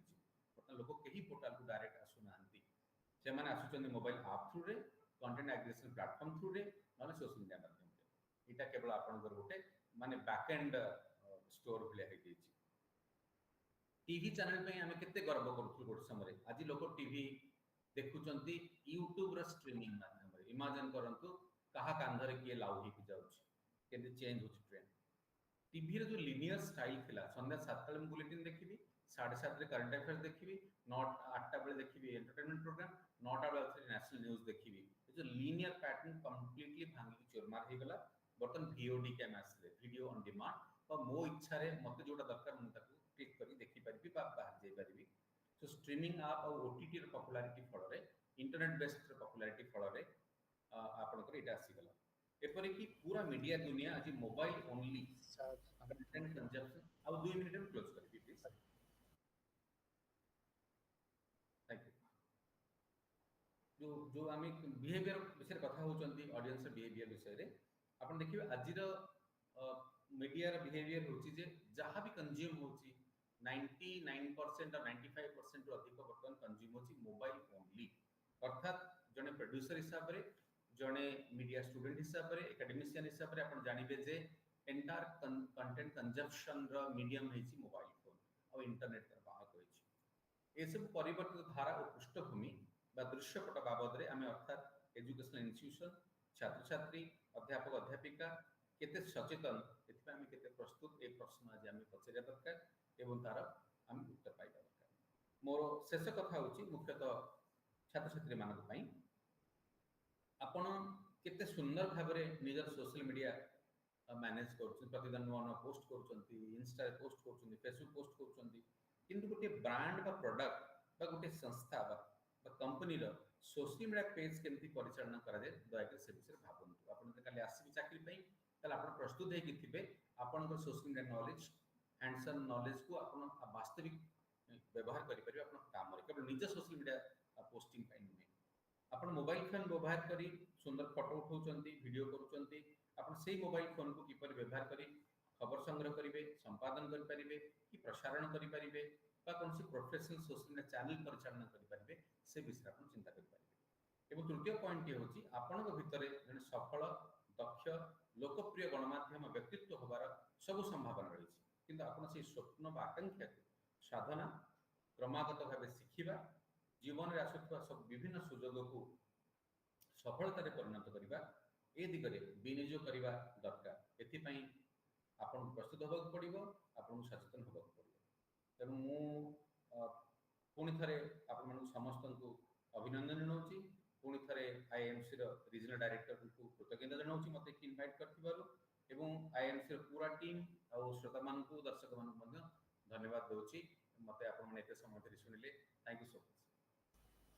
Thank you so much sir आपनकर विभिन्न कॉलेज रे आ विभिन्न स्थान जो मो भाषण आपको शुणे उपस्थापना शुणे मत लगे सब जो टॉपिक उपर कहवाई चाहते सब गोटे कंप्लीट टच दिखते के इनकम्प्लीट करके छाड़ती आ प्रति सेंटेंस रे से किसी ना कि उपादेय थाए फैक्ट थाए एवं बहुत प्रासंगिकता मत बहुत थाए मुझे बहुत थर शुणी 4-5टा जगह आज आप सुंदर भाव मीडिया एजुकेशन आउ तार एकेडमिक्स विषय सिलेबस उपरे आपण ये विशेषकर क्रिएटिव प्रोडक्शन उपरे एवं कम्युनिकेशन आउ जर्नलिज्म उपरे एवं विशेष करके जर्नलिज्म टा केवल कंटेम्पोरारी न कि फ्यूचरिस्ट हो आवश्यकता भी रही गोटे स्टूडेंट भितर एम्प्लॉयबिलिटी स्किल कौन हवा आवश्यकता मत रही विषय में बहुत डिटेल्स भाव आपड़ कहले गोटे स्टूडेंट मीडिया इंडस्ट्री जावा पूर्व कि भाव से प्रस्तुति हवा दरकार तो स्वप्न भी कौन रहा दरकार जोटा कि से पैशनेटली से जॉइन करिया दरकार।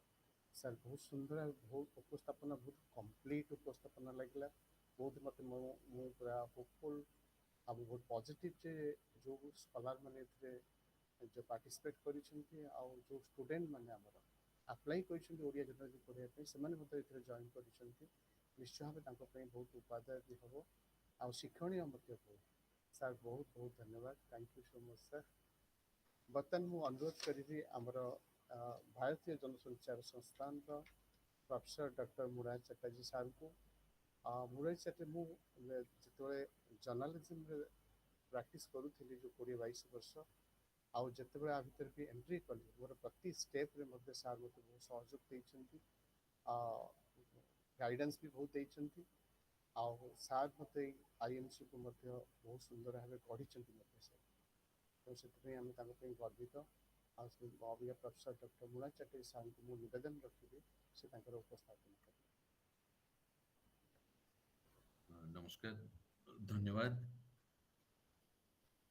सांबादिकता शिक्षा विषय रे जदि आम कथा हबा परिवर्तित परिस्थिति कौन आगुरु कौन थिला एबे कौन कौन कौन परिवर्तन होइछे विषय रे सकाळ सेशन रे मु कहिछि तेणु ताको आ रिपीट करिबि नाही।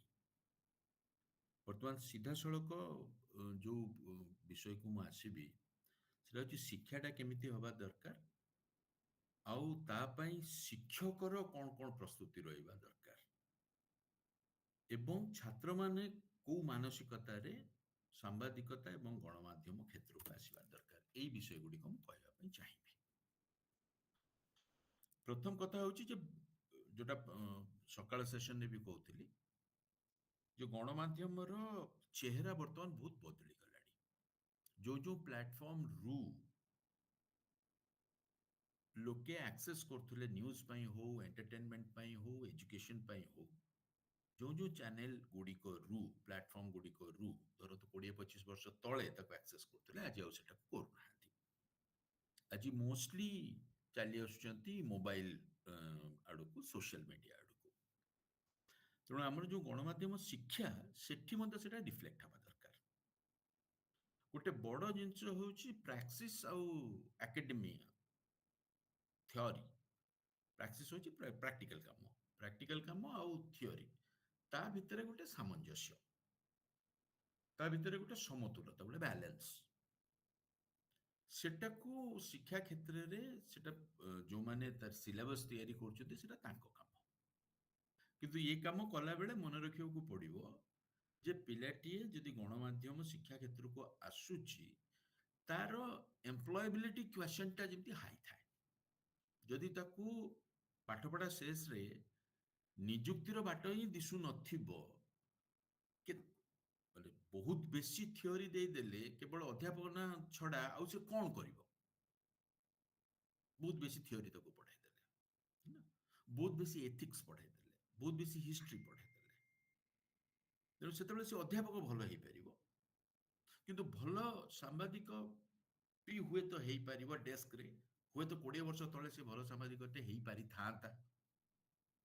ଏଇତିକି ଏଇ ପାଠର ଏଇ ବିଷୟରେ ଯଦି ଗୁରୁତ୍ୱ ଯାଇଥାଏ ତାହେଲେ ହୁଏତ 20-25 ବର୍ଷ ତଳେ ସେ ଭଲ ସାମ୍ବାଦିକଟିଏ ହୁଅନ୍ତା।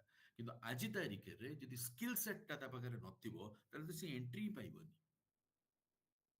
ତେଣୁ ଆମକୁ ଆଜିର ଇଣ୍ଡଷ୍ଟ୍ରି କଣ ଚାହୁଁଛି ତାକୁ ଦେଖିକି ଏବଂ ସାମ୍ବାଦିକତା ଗଣମାଧ୍ୟମ ଶିକ୍ଷା କ୍ଷେତ୍ରରେ ବେସିକ୍ସ ଜାଣିବା ପାଇଁ ଯାହା ଦରକାର, ଯେକୌଣସି ପାଠକୁ ଜାଣିବା ପାଇଁ ତାର କିଛି ବେସିକ୍ସ ଜାଣିବା ଦରକାର, ହିଷ୍ଟ୍ରିଟା ଜାଣିବା ଦରକାର, ଏଥିକ୍ସଟା ଜାଣିବା ଦରକାର, ଲଟା ଜାଣିବା ଦରକାର। ଥିଓରି ଅଳ୍ପ ଜାଣିଲେ ବି ଚଳିବ। ଯୋଉମାନେ ମିଡିଆ ଷ୍ଟଡିଜରେ ସ୍ପେଶାଲାଇଜେସନ କରିବେ ସେମାନେ ହୁଏତ ଆହୁରି ବେଶୀ ଥିଓରି ପଢିବେ। ତାଙ୍କର ଯୋଉମାନେ ପ୍ରାକ୍ଟିକାଲ ଆଡକୁ ଯିବା ପାଇଁ ଚାହିଁବେ ତାଙ୍କର ଏତେ ଗୁଡାକ ଦରକାର ନାହିଁ। ତାକୁ ଡିଭାଇଡ କରିହବ ଯେ ପିଜି ଷ୍ଟେଟରେ ଏତିକି ରଖନ୍ତୁ, ଯେ ରିସର୍ଚ୍ଚ କରିବ ସିଏ ଆହୁରି ବେଶୀ ଜାଣୁ। ତ ସେଟା ହଉଛି ଯୋଉମାନେ ସିଲାବସ ତିଆରି କରିବେ ତାଙ୍କ କାମ, ସେଇ କାମଟା। ଓଭରଅଲ ଯଦି କୁହାଯାଏ ଯେ ସାମ୍ବାଦିକତା ଗଣମାଧ୍ୟମ ଶିକ୍ଷାଟା କେମିତି ହବ, ତାହେଲେ ମୋ ମତରେ ପ୍ରଥମ ଷ୍ଟେପରେ ତା ସ୍କିଲଟାକୁ ବିଲ୍ଡ କରିବାକୁ ପଡିବ। ଏ ସ୍କିଲରେ କେବଳ ମେସିନ ସ୍କିଲ କଥା ମୁଁ କହୁନି, ଏ ସ୍କିଲରେ ଭାଷାଗତ ସ୍କିଲ ମଧ୍ୟ ରହିଛି। କାରଣ at the end of the day ସେ ଯେତେବେଳେ ଲେଖିବ ତାର ଶବ୍ଦ ଉପରେ ଟିକେ ଦଖଲ ଥିବା ଦରକାର, ବାକ୍ୟ ଉପରେ ଦଖଲ ଥିବା ଦରକାର, କେମିତି ଲେଖିଲେ ବା କେମିତି ଗୋଟେ ଦୃଶ୍ୟାୟନ କଲେ ଲୋକଙ୍କ ପାଖକୁ ଭଲ ଭାବରେ ସେଟା ଯିବ, ଲୋକଙ୍କୁ ପଇଟିବ, ସେଟା ତା ପାଖରେ ସେ ସ୍କିଲ ରହିବା ଦରକାର ଏବଂ ସେ ସ୍କିଲଟାକୁ ବିଲ୍ଡ କରିହବ। ଏଟା ଲେଖିବା କ୍ଷେତ୍ରରେ ଯେତିକି, ଏଟା ସିନେମା କ୍ଷେତ୍ରରେ ସେତିକି, ଏଟା ଟେଲିଭିଜନ କ୍ଷେତ୍ରରେ ସେତିକି। ଟେଲିଭିଜନ ଆଉ କଣ ଅନ୍ୟ କ୍ଷେତ୍ରରେ ସିନେମା ଏଇ ସବୁ ଆଜିକାଲି ମିଶିମାଶି ଗଲାଣି, ତେଣୁ ସେ ତ ଆଉ ଅଲଗା ନା। ଦୃଶ୍ୟ ଭିଜୁଆଲରେ କଥା ଆମେ କହିବା, ଭିଜୁଆଲ କ୍ଷେତ୍ରରେ ମଧ୍ୟ ସେତିକି। ଭିଜୁଆଲରେ ବି ଗୋଟେ ଗ୍ରାମାର ଅଛି, ସେ ଗ୍ରାମାରଟା ମଧ୍ୟ ଜଣେ ଶିଖିବା ଦରକାର। ଆଉ ଯେକୌଣସି କ୍ରିଏଟିଭ ଫିଲ୍ଡର ମାଟା ହଉଛି ଲେଖିବା। ଆପଣ ଯଦି ଥଟ୍କୁ ଠିକ ଭାବରେ ପ୍ରକାଶ କରିବାର କଳାଟା ଆପଣ ଶିଖିବେ, ତାହେଲେ ହୁଏତ ଚାନ୍ସେସ୍ ଆର୍ ମୋର ବ୍ରାଇଟ୍ ଯେ ଆପଣ ଭିଜୁଆଲ ମିଡିଆରେ ବି ଏକ୍ସେଲ କରିପାରିବେ, କାରଣ ସେଇ କଳାଟା ଏଥିରେ ରହିଛି ବେଶୀ। ୟା ଛଡା ମତେ ଲାଗୁଛି ଯେ ଆମକୁ ଶିକ୍ଷା କ୍ଷେତ୍ରରେ ଡେଟା ଜର୍ନାଲିଜିମ, ଆନାଲିଟିକ୍ସ,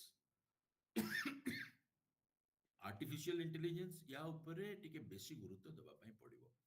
आर्टिफिशियल इंटेलिजेंस को मु काहे कि आसीबी ना, आर्टिफिशियल इंटेलिजेंस रो एपर्यंत जहां हमें देखुछु तार संभावना आउरी बहुत अधिका, दिगंतव्यापी संभावना आर्टिफिशियल इंटेलिजेंस रो। आपण चाहंतु बा न चाहंतु आर्टिफिशियल इंटेलिजेंस मीडिया रे पसी गलाणी, पसिबो।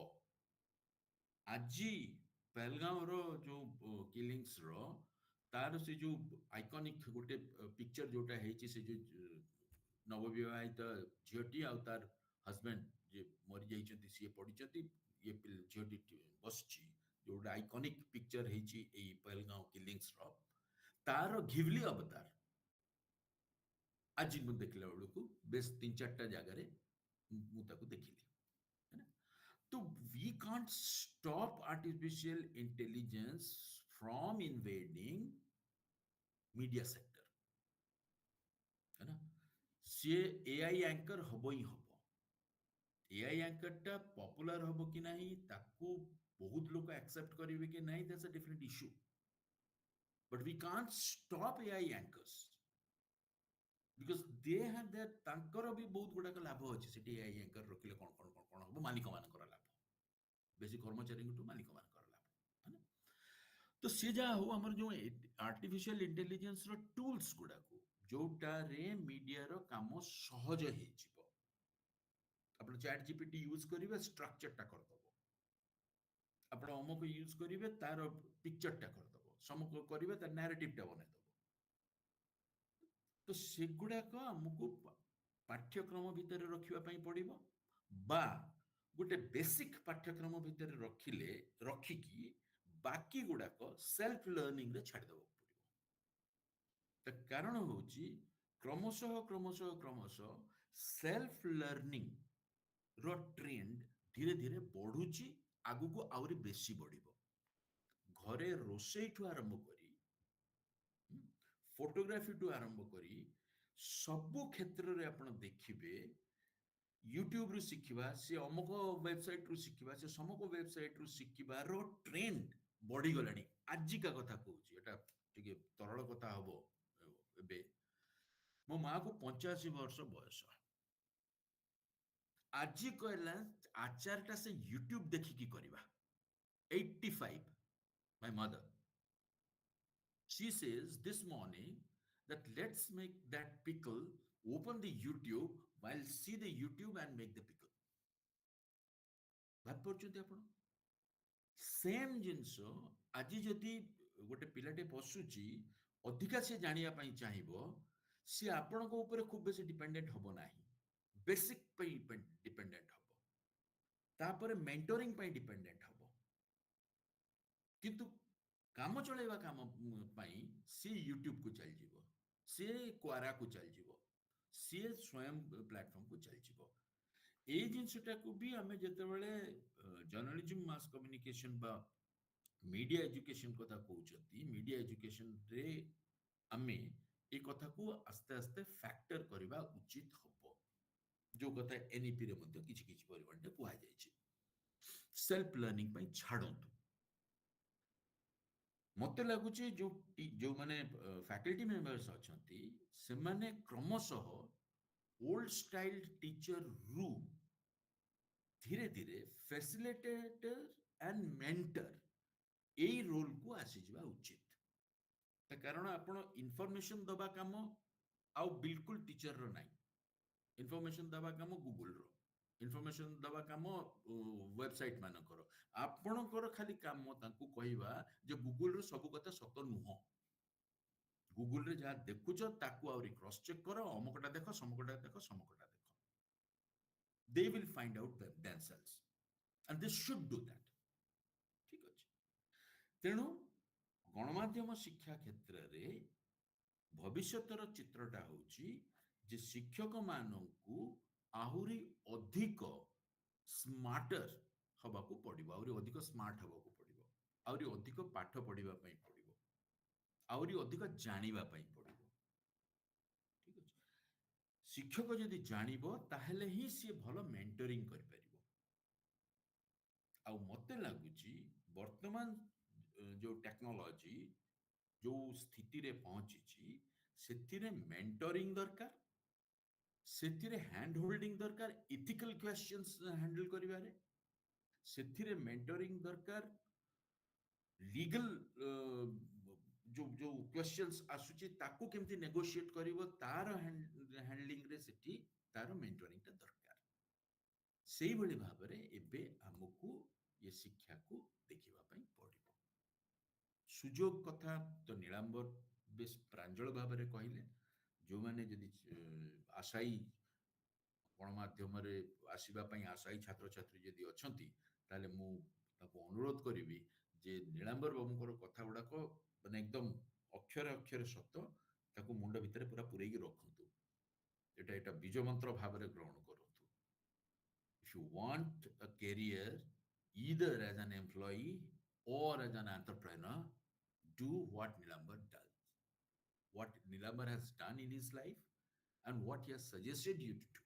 आपको जो जो उपदेश से देइचंती ताकू करंतु बस आ गोटे उपदेश मु ताकू ऐड कर देबी 64 वर्ष बयस हेलानी बुढ़ा भी हेलेनी ना टिके उपदेश न देले हबनी गोटे उपदेश मु ताकू कोन देबी जोटा नीलांबर बाबू अल्प के छाड़ी देइचंती ताहा होची आपण माने पढंतु ये कथा मु नीलांबर सहित बिल्कुल एकमत जे छात्र छात्री माने बेसिक्स जानू नाहांती बेसिक्स एब्सोल्युटली बेसिक्स जानू नाहांती वाक्यटे लिखि पारु नाहांती गोटे पैराग्राफ लिखिया पई को ता देरे हिंदी बंगला ओडिया मिसई की से गोटे खिचड़ी करके आनी की धरेबे ता देरे 25 टा भूल ता देरे कहबे जे मु इंग्रजी मीडियम रे पढिची तेणु ओडिया आसुनी मु ओडिया मीडियम रे पढिची तेणु मते इंग्रजी आसुनी उभय रे किछ माने हुएनी कहबा कथा होची आपण जेते पढिबे एवं जेते लेखिबे सेते आपण शार्प हेबे आउ जेते शार्प हेबे मीडिया रे आपण सेते अग्रगति करि परिबे आपणकर एठी जदि नाही ताहले मीडिया रे आपणकर स्थान नाही अन्य कोठी त आदौ नाही तेणु बेसी पढंतु धन्यवाद नमस्कार सर बहुत बहुत धन्यवाद एक्चुअली छात्र छात्री मान सांबादिकता पढ़ुता मान बेसिक्स फंडामेंटल्स भल भाव जानवा आवश्यकता रही एवं शिक्षक मान जो उपस्थापन आप कले शिक्षक मैंने एक्चुअली बहुत पढ़ा दरकार जानवा भी आवश्यकता रोचे आ टीचर मान चेंजिंग सिनारियो परिवर्तित सिनारियो रे गोटे फैसिलिटेटर आ मेंटर हिसाब से बेसी काम करने दरकार यहाँ एकदम सत कथा सर एवं पढ़ा लेखा भी जारी रहा दरकार आउ जो कि निहाती आवश्यक छात्र छात्री मान तो छात्र छात्री भी आप कहले एवं विशेषकर शिक्षक शिक्षयित्री मान जो मैंने मीडिया एजुकेशन को आगे नौ से कौन भी पढ़ा दरकार एवं से भीतर कौन स्किल रहा दरकार ता बहुत एकदम सत ए किसी द्विमत नहीं क्वेश्चन आंसर को जीवा पूर्व मु अनुरोध करी आमर भारतीय जनसंचार संस्थान आंचलिक निर्देशक प्रोफेसर डॉक्टर आनंद प्रधान को so may I request our esteem regional director IMC to speak a few words.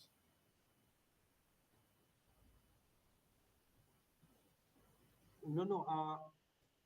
I'm not a speaker of this session. I think I would love to hear the questions and the answers from our expert speakers. I'm just an observer of this session. I'm trying to understand things, what our experts are saying. So allow, your participants to ask question if they have any question. Otherwise, I may ask few questions from our experts. मु अनुरोध करी participant मान को जदि किसी question थाए से माने पचारि पारिबे न लिखि के देई पारिबे आपण जहा को पचारुछंती तांको मध्ये अनुरोध करि पारिबे तो मु रिक्वेस्ट करबी हम पार्टिसिपेंट मान को जदि किसी क्वेश्चन थाए पचारंतु निर्भय रे पचारो I think Suraj Mehra wants to ask question. Yes, Suraj, please go ahead. Please ask नमस्कार good afternoon all more question प्रदर्शन को रहिबो सर जेमते कहतले प्रैक्टिकल थ्योरी रिसर्च और ट्रेनिंग रो जो आवश्यकता अछि एबेरो हला एनईपी रे जो नुआ ये संस्करण होई एनईपी रे चेंजेस जो आछे तो सेति प्रति कोन माने सिलेबस रे परिवर्तन जो आवश्यकता रही कोन आवश्यकता रही सर आपन नजर रे धन्यवाद सूरज मु जा कहली से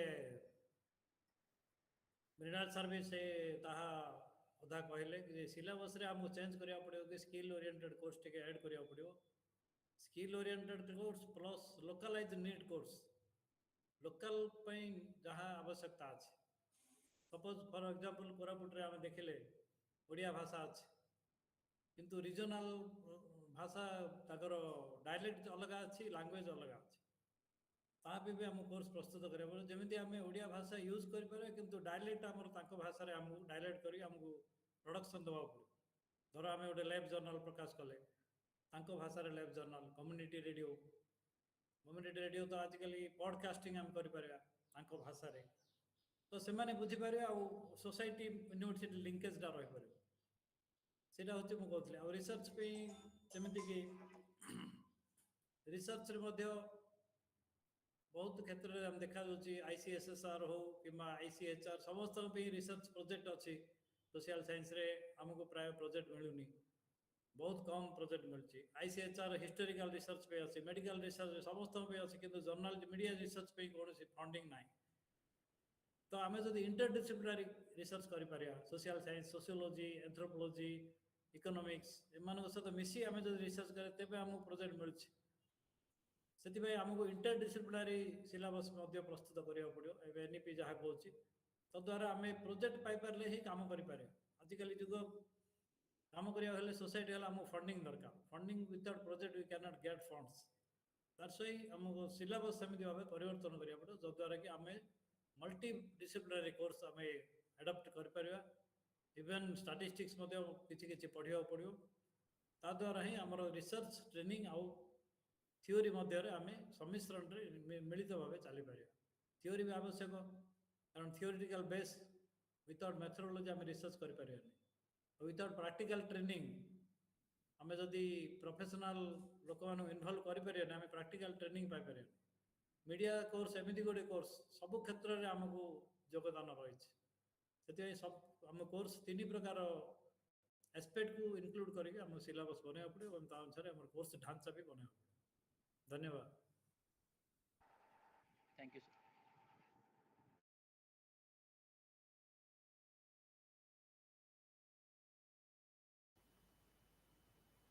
आउ जो पार्टिसिपेंट कुछ क्वेश्चन अच्छे से मे आई आस्क अ क्वेश्चन मैं एक सवाल पूछूं सर हाँ मैं अपने तीनों स्टीम्ड स्पीकर से I would like to know one question which is actually disturbing me from the last a few years. कि the question is कि ये मीडिया एजुकेशन का फ्यूचर क्या है? I'm asking this question because in especially in post-COVID era, number of universities and institutes are facing a situation where number of applications for their either undergraduate journalism or mass communication program or postgraduate diploma and degree programs are unable to attract students or application or enough applications. एक ये trend दिखाई पड़ रहा है कि बहुत कम applications आ रहे हैं, खास करके लैंग्वेज जर्नलिज्म में तो और भी ज्यादा कम आ रहे हैं, जितनी सीटें हैं उससे भी कम आ रही। और उसके कारण last year Indian institute of journalism and new media Bengaluru में एक अच्छा प्राइवेट सेक्टर का इंस्टीट्यूट था, उसके पास स्टूडेंट्स नहीं आए, उनको बंद कर देना पड़ा। बेंगलुरु में 2 और ऐसे प्राइवेट इंस्टीट्यूट बंद हुए, मुंबई में 3 बंद हो गए। And I have heard from eight many places, कई प्राइवेट यूनिवर्सिटीज में, गवर्नमेंट इंस्टीट्यूशंस में, स्टेट यूनिवर्सिटीज में, सेंट्रल यूनिवर्सिटीज में, जो जर्नलिज्म में अगर आपके पास 20 सीट है, 25 सीट है, 30 सीट है, तो उसके लिए सफिशिएंट एप्लीकेशंस नहीं आ रहे। Secondly, journalism and mass communication is also unable to attract good, talented students. ऐसा क्यों हो रहा है? क्या कारण है कि जर्नलिज्म और मास कम्युनिकेशन में तेज तर्रार, टैलेंटेड, क्रिएटिव स्टूडेंट्स नहीं आ रहे? What are the why it is happening, and what are the how it is challenging the existing media and journalism and mass communication education? तो इस पर आप लोगों का क्या कहना है? Because I'm struggling with this issue. Mrinal sir, Pradosh ji, Nilambar sir, कोई भी शुरू कर सकते हैं। सौम्या, सर you मैं also want to practical ask problem question? बता रहा हूँ। हाँ, पोस्ट कोविड पहला तो 2015-16 से ये ट्रेंड शुरू हुआ है, जब से ये बीटेक का कॉन्सेप्ट शुरू हुआ है। जब से जो इंजीनियरिंग कॉलेज का कॉन्सेप्ट आया है, तब से +2 के बाद स्टूडेंट्स का डेविएट होना शुरू हो गया है।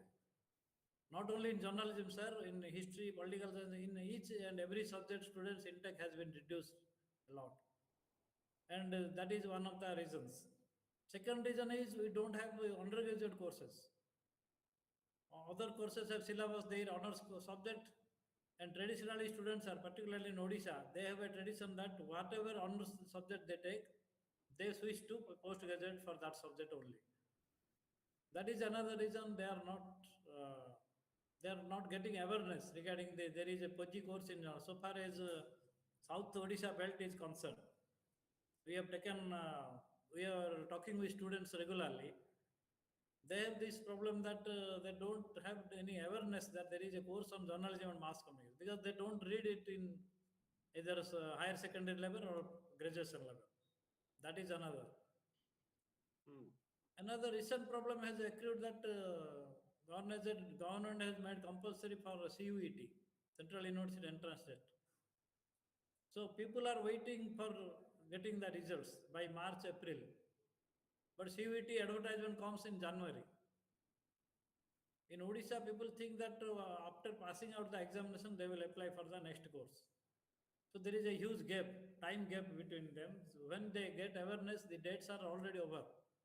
And we are getting students by spot selection only, not on merit basis. This is another practical problem so far as our university is concerned. And I think that other university also facing the same situation, because state university has SAMS test, state entrance test is there, but they do it regularly. And the main problem is, sir, I am telling that they are not getting awareness regarding this PG course on journalism and mass communication. So we have to create awareness through uh, outreach programs or some other media. We have to interpersonal group communication we have to follow, so that they will get awareness regarding it. Is completely urban centric. The media education is completely urban centric. The people in urban areas and semi-urban areas are getting awareness, but in rural areas we have to create awareness regarding there is a special course on journalism, and everybody becomes a journalist after the emergence of YouTube channels. So some people think that there is no need for a special course if we can be journalists. So there are a lot of problems and practical problems. These are academic problems I am telling. So Nilamur sir and Mrinal sir can tell better so far as practical the industrial problems are concerned.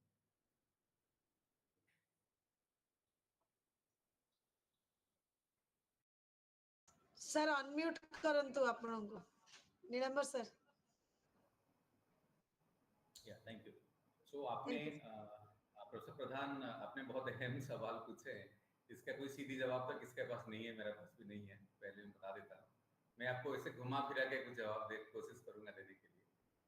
एक मुझे जो लग रहा है कि जो पत्रकारिता का जो गरिमा था, we have lost that in the last 1 decade probably. So prior to decade, so 10 years from now and the past 10 years, मुझे लगता था कि I was very active since 2002 almost that decade जो था मेरे लिए, वो मैं प्रिंट में था, फिर मैं टेलीविजन में आया, फिर मैं थोड़ा डिजिटल में भी एंट्री किया। तो मुझे लगा कि वो जो 10 साल मेरे जीवन मतलब मेरे प्रोफेशनल कैरियर का that was the golden time, जो बहुत अच्छा लगा। मतलब मुझे सीखने को मिला, मैंने अच्छा काम किया, मैंने डेमोन्स्ट्रेट किया और लोगों को भी साथ में लेके हमने करीब 250-300 पत्रकार जो डायरेक्टली इनडायरेक्ट उस टीवी टाइम पे मैं आपको बता रहा हूँ हमने बनाया उनको, डायरेक्टली जर्नलिज्म में मैं बता रहा हूँ, not in the entertainment world. Equal number of people in the entertainment world were also trained, skilled, and got opportunity in those days when ETV was launched as the first private satellite channel in 2000 to 27 January. तो पिछले 10 साल में जो भी deterioration हुआ है पत्रकारिता में खास करके पूरे देश में हुआ है, ऐसा नहीं कि उड़ीसा में हुआ है। एक तो एक सवाल है, जब मैं आया था, जब मृणाल जी भी आए थे, हमने तो उनको मुन्ना भाई कहते हैं इंटरेस्टिंगली, मृणाल चटर्जी जी और उनका जो जनरेशन था उनको देख के हम जर्नलिज्म में आए थे, मे बी हमें देख के कोई आया होगा। तो वो जो हमारे जो नशा था, जो पैशन था जर्नलिज्म आने के लिए, जो जुनून था, वो तो आज के दिन में नहीं है। ये एक बात मेरा हो गया। क्वेश्चन दूसरी सर, मेरा क्वेश्चन वही है कि वो क्यों नहीं है। ओके, दूसरा बात मैं बताना चाहता हूँ कि अभी जर्नलिज्म मुझे लग रहा है कि एक ट्रांजिशन फेज में चल रहा है। एक तो है कि news media, print media is losing, television is losing, radio is losing, digital is gaining space, but typically in a language like Odisha, there is no lot money, to run a proper digital channel. मुझे लग रहा है कि हिंदी में भी इतना opportunity होगा कि नहीं मुझे पता नहीं है। मैं आपको एग्जांपल देता हूँ, अगर यूट्यूब में मुझे एक सपोज 1 लाख व्यूज के लिए मान के चले अगर 100 रुपया आता है, तो हिंदी में अगर वही 1 लाख व्यू मुझे मिलता है, मुझे 500 रुपया आता है। I am able to tell you this because we are running a multilingual channel called Swasthya Plus, where we are working in 16 languages, including all major Indian languages today and one Nepalese language. तो हम compare करके देखते हैं, तो हमें हमें लगता है कि जो उड़िया का जो धंधा है मीडिया का, वो तो लूजिंग बिजनेस हो गया। एक हो गया। दूसरा है कि डिजिटल में अभी जो डिमांड है, जो जो ट्रांजिशन हो रहा है, उसमें जो स्किल सेट का रिक्वायरमेंट है, the candidates who are coming to the floor, to the industry, are really not ready. Maybe a couple of people are ready, out of 10 दो शायद 2 या 3 रेडी हैं, 70 या 80% तो तैयार नहीं है। तो जहां डिमांड है वहां लोग नहीं है, जहां डिमांड नहीं है वहां अभी भी लोग जाना चाहते हैं। तो कहीं ना कहीं तो इल्यूजन को दूर करना पड़ेगा, इसमें आप लोग का काफी बड़ा रोल है, ये आपको देखना है। एंड फाइनली मुझे लग रहा है कि मे बी विथ टाइम ये ट्रांजिशन का फेज एजुकेशन के लिए भी हो सकता है। थर्ड पॉइंट होगा मेरा क्वालिटी स्टूडेंट्स। अगर क्वालिटी स्टूडेंट्स नहीं आते हैं किसी भी प्रोफेशन में, तो वो प्रोफेशन का it can not be a celebrated profession, you can not prove in that profession.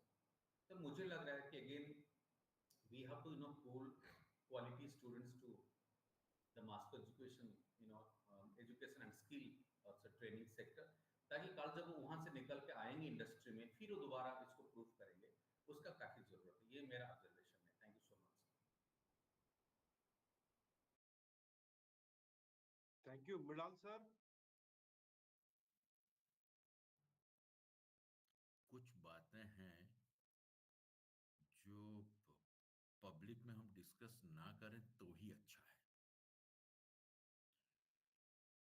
ये जो क्वेश्चन पूछा है ना आपने, वो क्वेश्चन कुछ इस तरह है कि हम अगर डिस्कस ना ही करें तो हमारे लिए भी अच्छा होगा, नहीं, मुझे लगता है और कि और नाउ जर्नलिज्म के एलिफेंट लिए इज भी इन द अच्छा रूम होगा। Sir, elephant is in the room. We cannot deny its presence, and we have to now deal with it. तो आपको कुछ बताना तो पड़ेगा। मेरे आंसर में बहुत सारी क्लूज था, आपने गौर नहीं किया। ने किया है गौर सर। बहुत सारी क्लूज हैं। अगर आप मुझे खुल के बताना ही चाहते हो, बोलना ही, you want me to speak, then let's speak then. Number 1, क्यों आए? एक स्टूडेंट, अच्छा स्टूडेंट है, क्यों आएगा जर्नलिज्म में? एक टाइम था, आदर्श था, पैशन था, ठीक है ना? आज की तारीख में आपके पास कोई एक आइडिया है, आदर्श है, एक एक बताइए, ये आइडियल है मेरे लिए। नहीं है। अब सोचते रह जाओगे, नहीं है। Sir doing. Sir sir sir second नहीं, मैं एक एक आपको की बात। आपको अभी के मतलब in fact I can tell you at least more than dozen names who are passed out from even IMC, recently passed out. अब जैसे देखिए, आप ही के स्टूडेंट हैं सत्यानंद बारिक, आईएमसी ढेंकनाल के पास आउट है, उनको अभी रामनाथ गोयनका मिला। आपके ही स्टूडेंट है ढेंकनाल के शुभजीत रॉय, उसको इस साल मिला रामनाथ गोयनका। और पी साईनाथ वगैरह जैसे जर्नलिस्ट अपना काम कर रहे हैं, नीलांबर रथ साहब हैं यहाँ बैठे हुए, ऐसे बहुत सारे लोग हैं दोज हु आर वो इंडिपेंडेंटली सेंटर में है pursuing journalism and you know media ecosphere में, where are they in the periphery, है ना? I think we have to change the definition of periphery and you know है ना? what we call mainstream. उसके बाद तो अलग सेकंड सेकंड सेकंड, ठीक है? जो भी आएगा उसका घर द्वार है, घर चलेगा, वो कैसे चलेगा? What is the salary that they do draw? 80% cases they are given no salary, zero salary. Especially in Odisha, it's probably 90%. Zero salary. How do they live? They fend for themselves. And और मुंह मत खुलाइए कि how do they fend for themselves? है ना? तो यह है दूसरा। तीसरी बात, एक टाइम पे हम कुछ सिखाते थे जो कि मार्केट में अदरवाइज अवेलेबल नहीं था। मानो कि टेलीविजन की कैमरा बहुत एक्सपेंसिव हुआ करता था, एक इंस्टीट्यूशन में है, तो अगर टेलीविजन सीखना है तो वहां आपको जाना पड़ेगा। वो दौर खत्म हो गया। Technology is now democratised. तो सीधा अगर मैं घर बैठ के वो सारी चीजें जान लूं यूट्यूब में फ्री में, जिसके लिए हम इतना फी दे के इतना टाइम कमिट करके मुझे पढ़ाई करना पड़ेगा, तो मैं क्यों करूं? चौथा, अगर मैं वहां एक साल ना दे के मैं यूट्यूब से सीखूंगा और खुद करता हूं। आजकल जर्नलिस्ट होने के लिए है क्या? अब बताइए ना, सोशल मीडिया में एक मोबाइल फोन, एक बूम, खत्म, आप भी जर्नलिस्ट बन गए। तो टाइम्स ऑफ इंडिया की जर्नलिस्ट जो है ये भी वही है। शायद इसका ट्रैक्शन ज्यादा है कि ये ना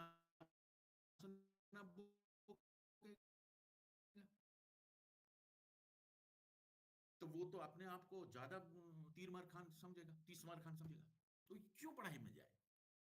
So there are a lot of these uncomfortable and issues, but more, I mean, to my mind it comes, there are 2-3 things that could be done.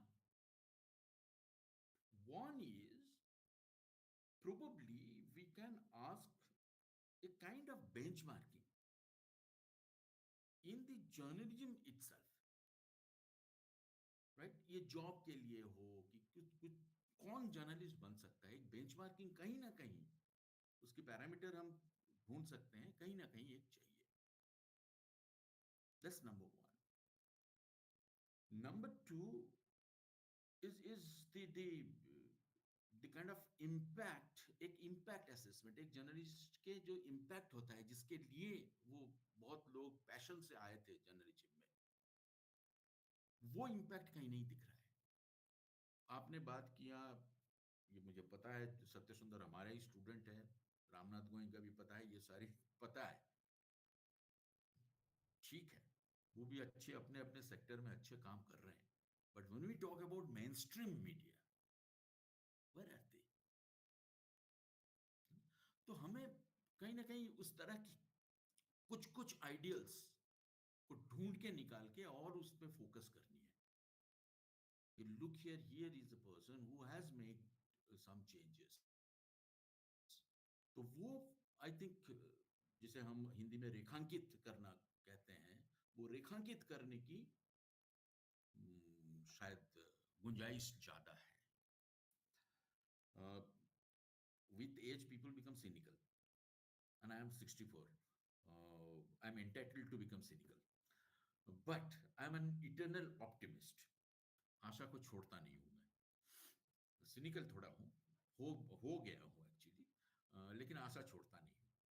मुझे आज भी यह आशा है कि journalism is a noble profession, is a profession which students with some kind of idealism should pursue.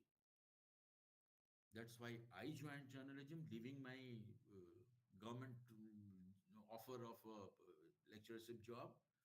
He was doing his engineering, Nilambar, when he joined. So, passion. And I guess वो passion youth में होना जरूरी है, बिल्कुल जरूरी है. तो आज अगर कोई ये सुन रहे होंगे young people, young men and women, then I'll tell them कि yes, otherwise बुढ़ापे में तुम सोचोगे मैंने क्यों नहीं किया था. टाइम भी था, मौका भी था, दस्तूर भी था, हमने किया नहीं. Right? They should do what their दिल कहे. अगर दिल आपका देश के लिए नहीं धड़कता, मार्जिनलाइज्ड पीपल के लिए नहीं धड़कता, तो वो दिल कोई काम का है नहीं. ये बात ये जो यूथ है उनके दिमाग में आना चाहिए. And journalism is one thing where you can actually make some changes at the grassroots level, which you can map. You can see for yourself. तो यही बात है. I'm not without hope, but I'm cynical. Yes.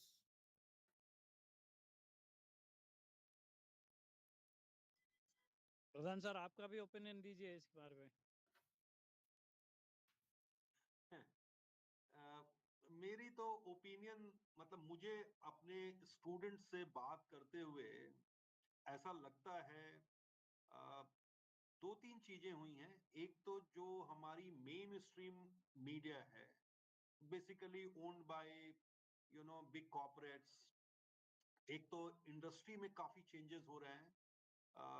there are number of reasons. One is of course corporate money which is flowing and broadly capturing the media. Numbers are reducing. Only few big corporates are owning all the media. एक तो इसके कारण हुआ ये है कि media में जो मृणाल सर कह रहे हैं, नीलांबर सर कह रहे हैं, आप भी कह रहे हैं कि एक जो पैशनेट जुनून वाले विद्यार्थी आते थे, जिनके अंदर कुछ बदलने का जज्बा होता था, जो टैलेंटेड भी थे, जो क्रिएटिव भी थे, उनको जर्नलिज्म खींचता था कि वो मीडिया के जरिए कुछ चेंज कर सकते हैं. They can challenge the system. They can challenge the authorities. They can ask question. Speaking truth to the power. ये सब उनके अंदर एक वो रहता था. The ideals which we are talking about. तो और उसके लिए सब कुछ के बावजूद there was some space in media before maybe 1 or 2 decades before. लेकिन पिछले कुछ मतलब 1-1.5 दशक में चीजें बहुत बदल गई हैं. वो सारी स्पेस श्रिंक कर गई है. There is no space for critical independent journalism in main stream corporate media. तो एक तो जो जॉब सेटिस्फेक्शन था वो चला गया. The second part is which especially Mridal sir was highlighting that despite the big corporate money is flowing in, working condition में कोई change नहीं आ रहा है. In fact, working condition is deteriorating. तो अगर आपका ना तो जॉब सेटिस्फैक्शन है कि आपने कुछ चैलेंज किया, कुछ चेंज किया, और दूसरी तरफ आपको सैलरी भी नहीं है, वर्किंग कंडीशन भी बेहतर नहीं हो रही है, तो what is the point of coming to journalism, where you can pursue that journalism. अब ये सही बात है. I am also very optimist. शायद मैं अभी 64-65 का नहीं हुआ हूं, इसलिए थोड़ा ऑप्टिमिज्म मेरे अंदर है. And because I can also see from 2015 onwards or 14 onwards or maybe in last 20 years, ऐसे बहुत सारे स्टूडेंट्स अभी भी आ रहे हैं, but their numbers are actually declining. That's the trend I am witnessing in overall in different parts of the country, including IIMC. पर कुछ बच्चे अभी भी आ रहे हैं. जैसे नीलांबर सर अगर इंजीनियरिंग छोड़ के आए थे, तो मैं आपको एक अपने स्टूडेंट का 4 साल पहले वो इंजीनियरिंग करके वो आया, Girish Jalihal, he is now working with Reporters Collective, Nitin Sethi and others. There are two of my English journalism students are working, Tapasya and Girish Jalial, and they are doing, fantastic job. They are doing so many critical investigative journalism. I am proud of it. मेरी एक student radio और television की है, 4 साल पहले की है. वो जबरदस्त काम कर रही है, सृष्टि जसवाल. मतलब वो इस समय उसकी स्टोरीज वॉशिंगटन पोस्ट से लेकर के New York times and number of international publications are publishing, and she is doing great investigative journalism. IMC Dhenkanal का ही पास आउट है. वो उसका नाम देखिए मैं भी भूल रहा हूँ, झा. सर को शायद याद होगा. Who was in Business Standard. क्या नाम था सर उसका पूरा नाम? आप म्यूट पर है सर, म्यूट पे. सोमेश झा था. Somesh Jha. Who was working with Business Standard, who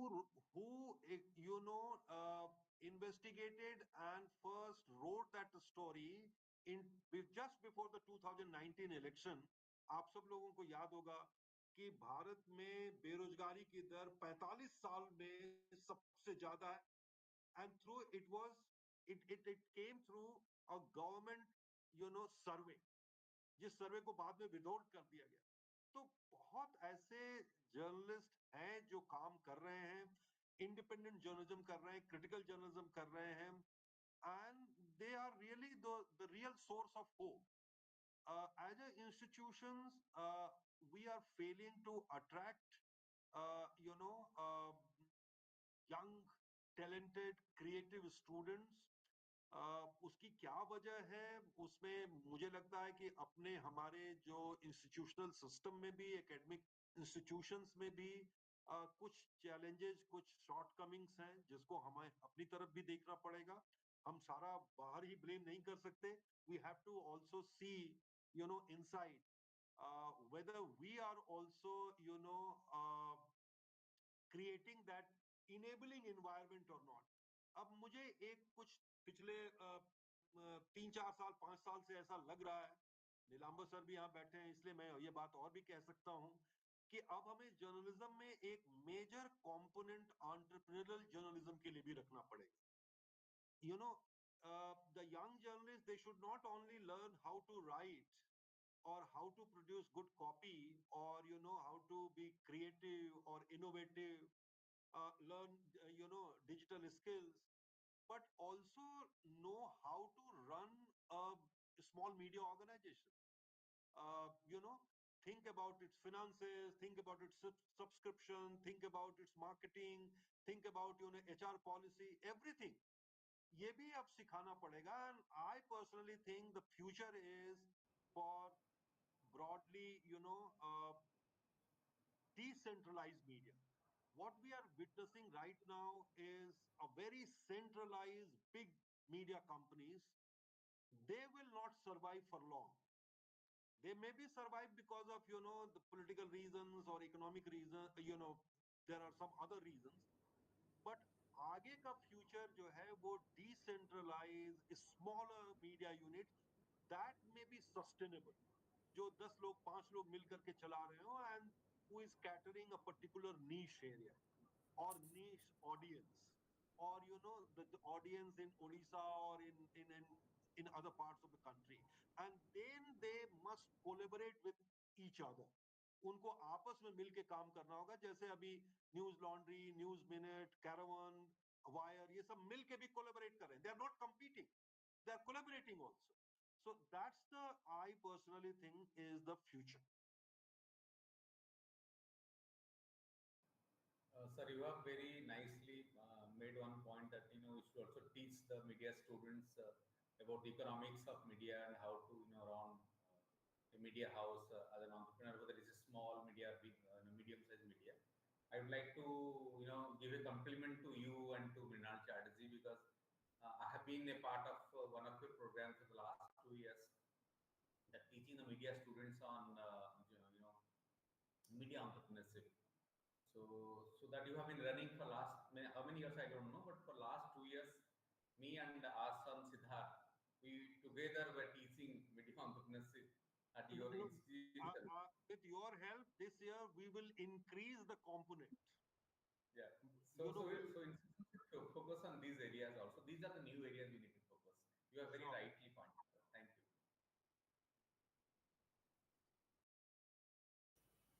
ଆଉ କିଛି ପାର୍ଟିସିପାଣ୍ଟ ମାନଙ୍କର କିଛି କ୍ୱେଶ୍ଚିନ୍ ଅଛି କି ଆମ ବକ୍ତା ମାନଙ୍କ ପାଇଁ? Any question?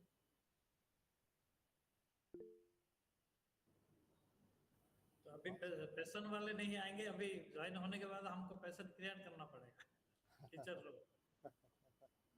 मीडिया स्टूडेंट माने प्रश्न पचारिबा ही भूली जाउछन Yes, ସ୍ପୁରା ଦାସ ହାତ ଦେଖୁଛନ୍ତି। କିଛି ପ୍ରଶ୍ନ ଅଛି ପଚାରନ୍ତୁ। ସାର୍ ନମସ୍କାର, ମୁଁ ସ୍ପୃହା ଦାସ କହୁଥିଲି, ବ୍ରହ୍ମପୁର ୟୁନିଭର୍ସିଟିର ଷ୍ଟୁଡେଣ୍ଟ। ସାର୍ ନୀଳାମ୍ବର ସାର୍ଙ୍କୁ ମୋର କ୍ୱେଶ୍ଚିନ୍ ଥିଲା ଯେ ଆପଣଙ୍କୁ ଲାଗୁଛି କି ସାର୍ ସୋସିଆଲ ମିଡିଆ ଯୋଉ ଆଗରୁ ଯୋଉ ଥିଲା, ଯୋଉ ପ୍ରାକୃତିକ ଯୋଉ ନ୍ୟାଚୁରାଲ ର ନଲେଜ, ତାର ଏସେନ୍ସ ଆଉ ଦି ବ୍ୟୁଟି ଅଫ ଗୁରୁ ଶିଷ୍ୟ ପରମ୍ପରା, ଯୋଉ ଗୋଟେ ସୁନ୍ଦରତା ଗୋଟେ ଇଏ ରହୁଥିଲା, ସେଇ ଜିନିଷଟା କୋଉଠି ନା କୋଉଠି ଫେଡେଡ ଆୱେ ହେଇଗଲା ଏଇ ଯୋଉ ସୋସିଆଲ ମିଡିଆର ନଲେଜ ପାଇଁ। ମାନେ ଏଇଟା ତ ଭଲ ପାଇଁ ବି କାମ କରୁଛି, ବଟ୍ ସାର୍ କୋଉଠି ନା କୋଉଠି ଇମ୍ପାକ୍ଟ ବି ଖରାପ ରହୁଛି। ଦେଖନ୍ତୁ, ଆପଣ ଗୋଟେ ହଂସର ଷ୍ଟୋରି ଜାଣିଥିବେ। ହଂସ ଯେତେବେଳେ ପାଣିରୁ ଛାଣି ତାର ଖାଦ୍ୟ ଖାଏ, ପଙ୍କ ଭିତରେ କଣ ଥାଏ? ପଙ୍କ ବୁଡେଇକି, ସେ ତ ପଙ୍କ ଖାଏ ନାହିଁ, ତାର ଖାଦ୍ୟକୁ ବାଛିକି ସଫା କରିକି ଖାଏ।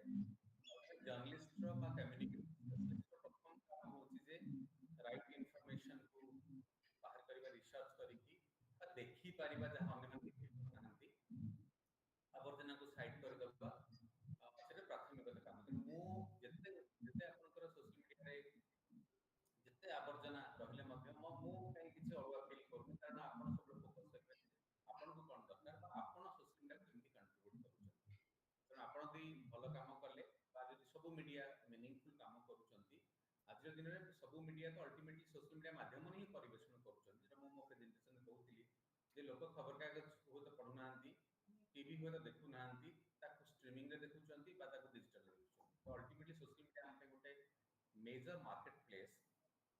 तेणु आम जिते एनरिच करवा आम कंटेंट रे आम जी मीडिया चलाउछंती, सोशल मीडिया आम सेतिकी रिटर्न दे पारे। तेणु आम वरीड हवानी, सोशल मीडिया आम गोटे बहुत बड़ इंजन देछि, गोटे प्लेटफॉर्म देछि, गोटे बाजार देछि। आम से बाजार एते भलो काम करि परिबा, लोड करि परिबा, आम बेनिफिट मिलिबो। Okay sir, thank you very much sir.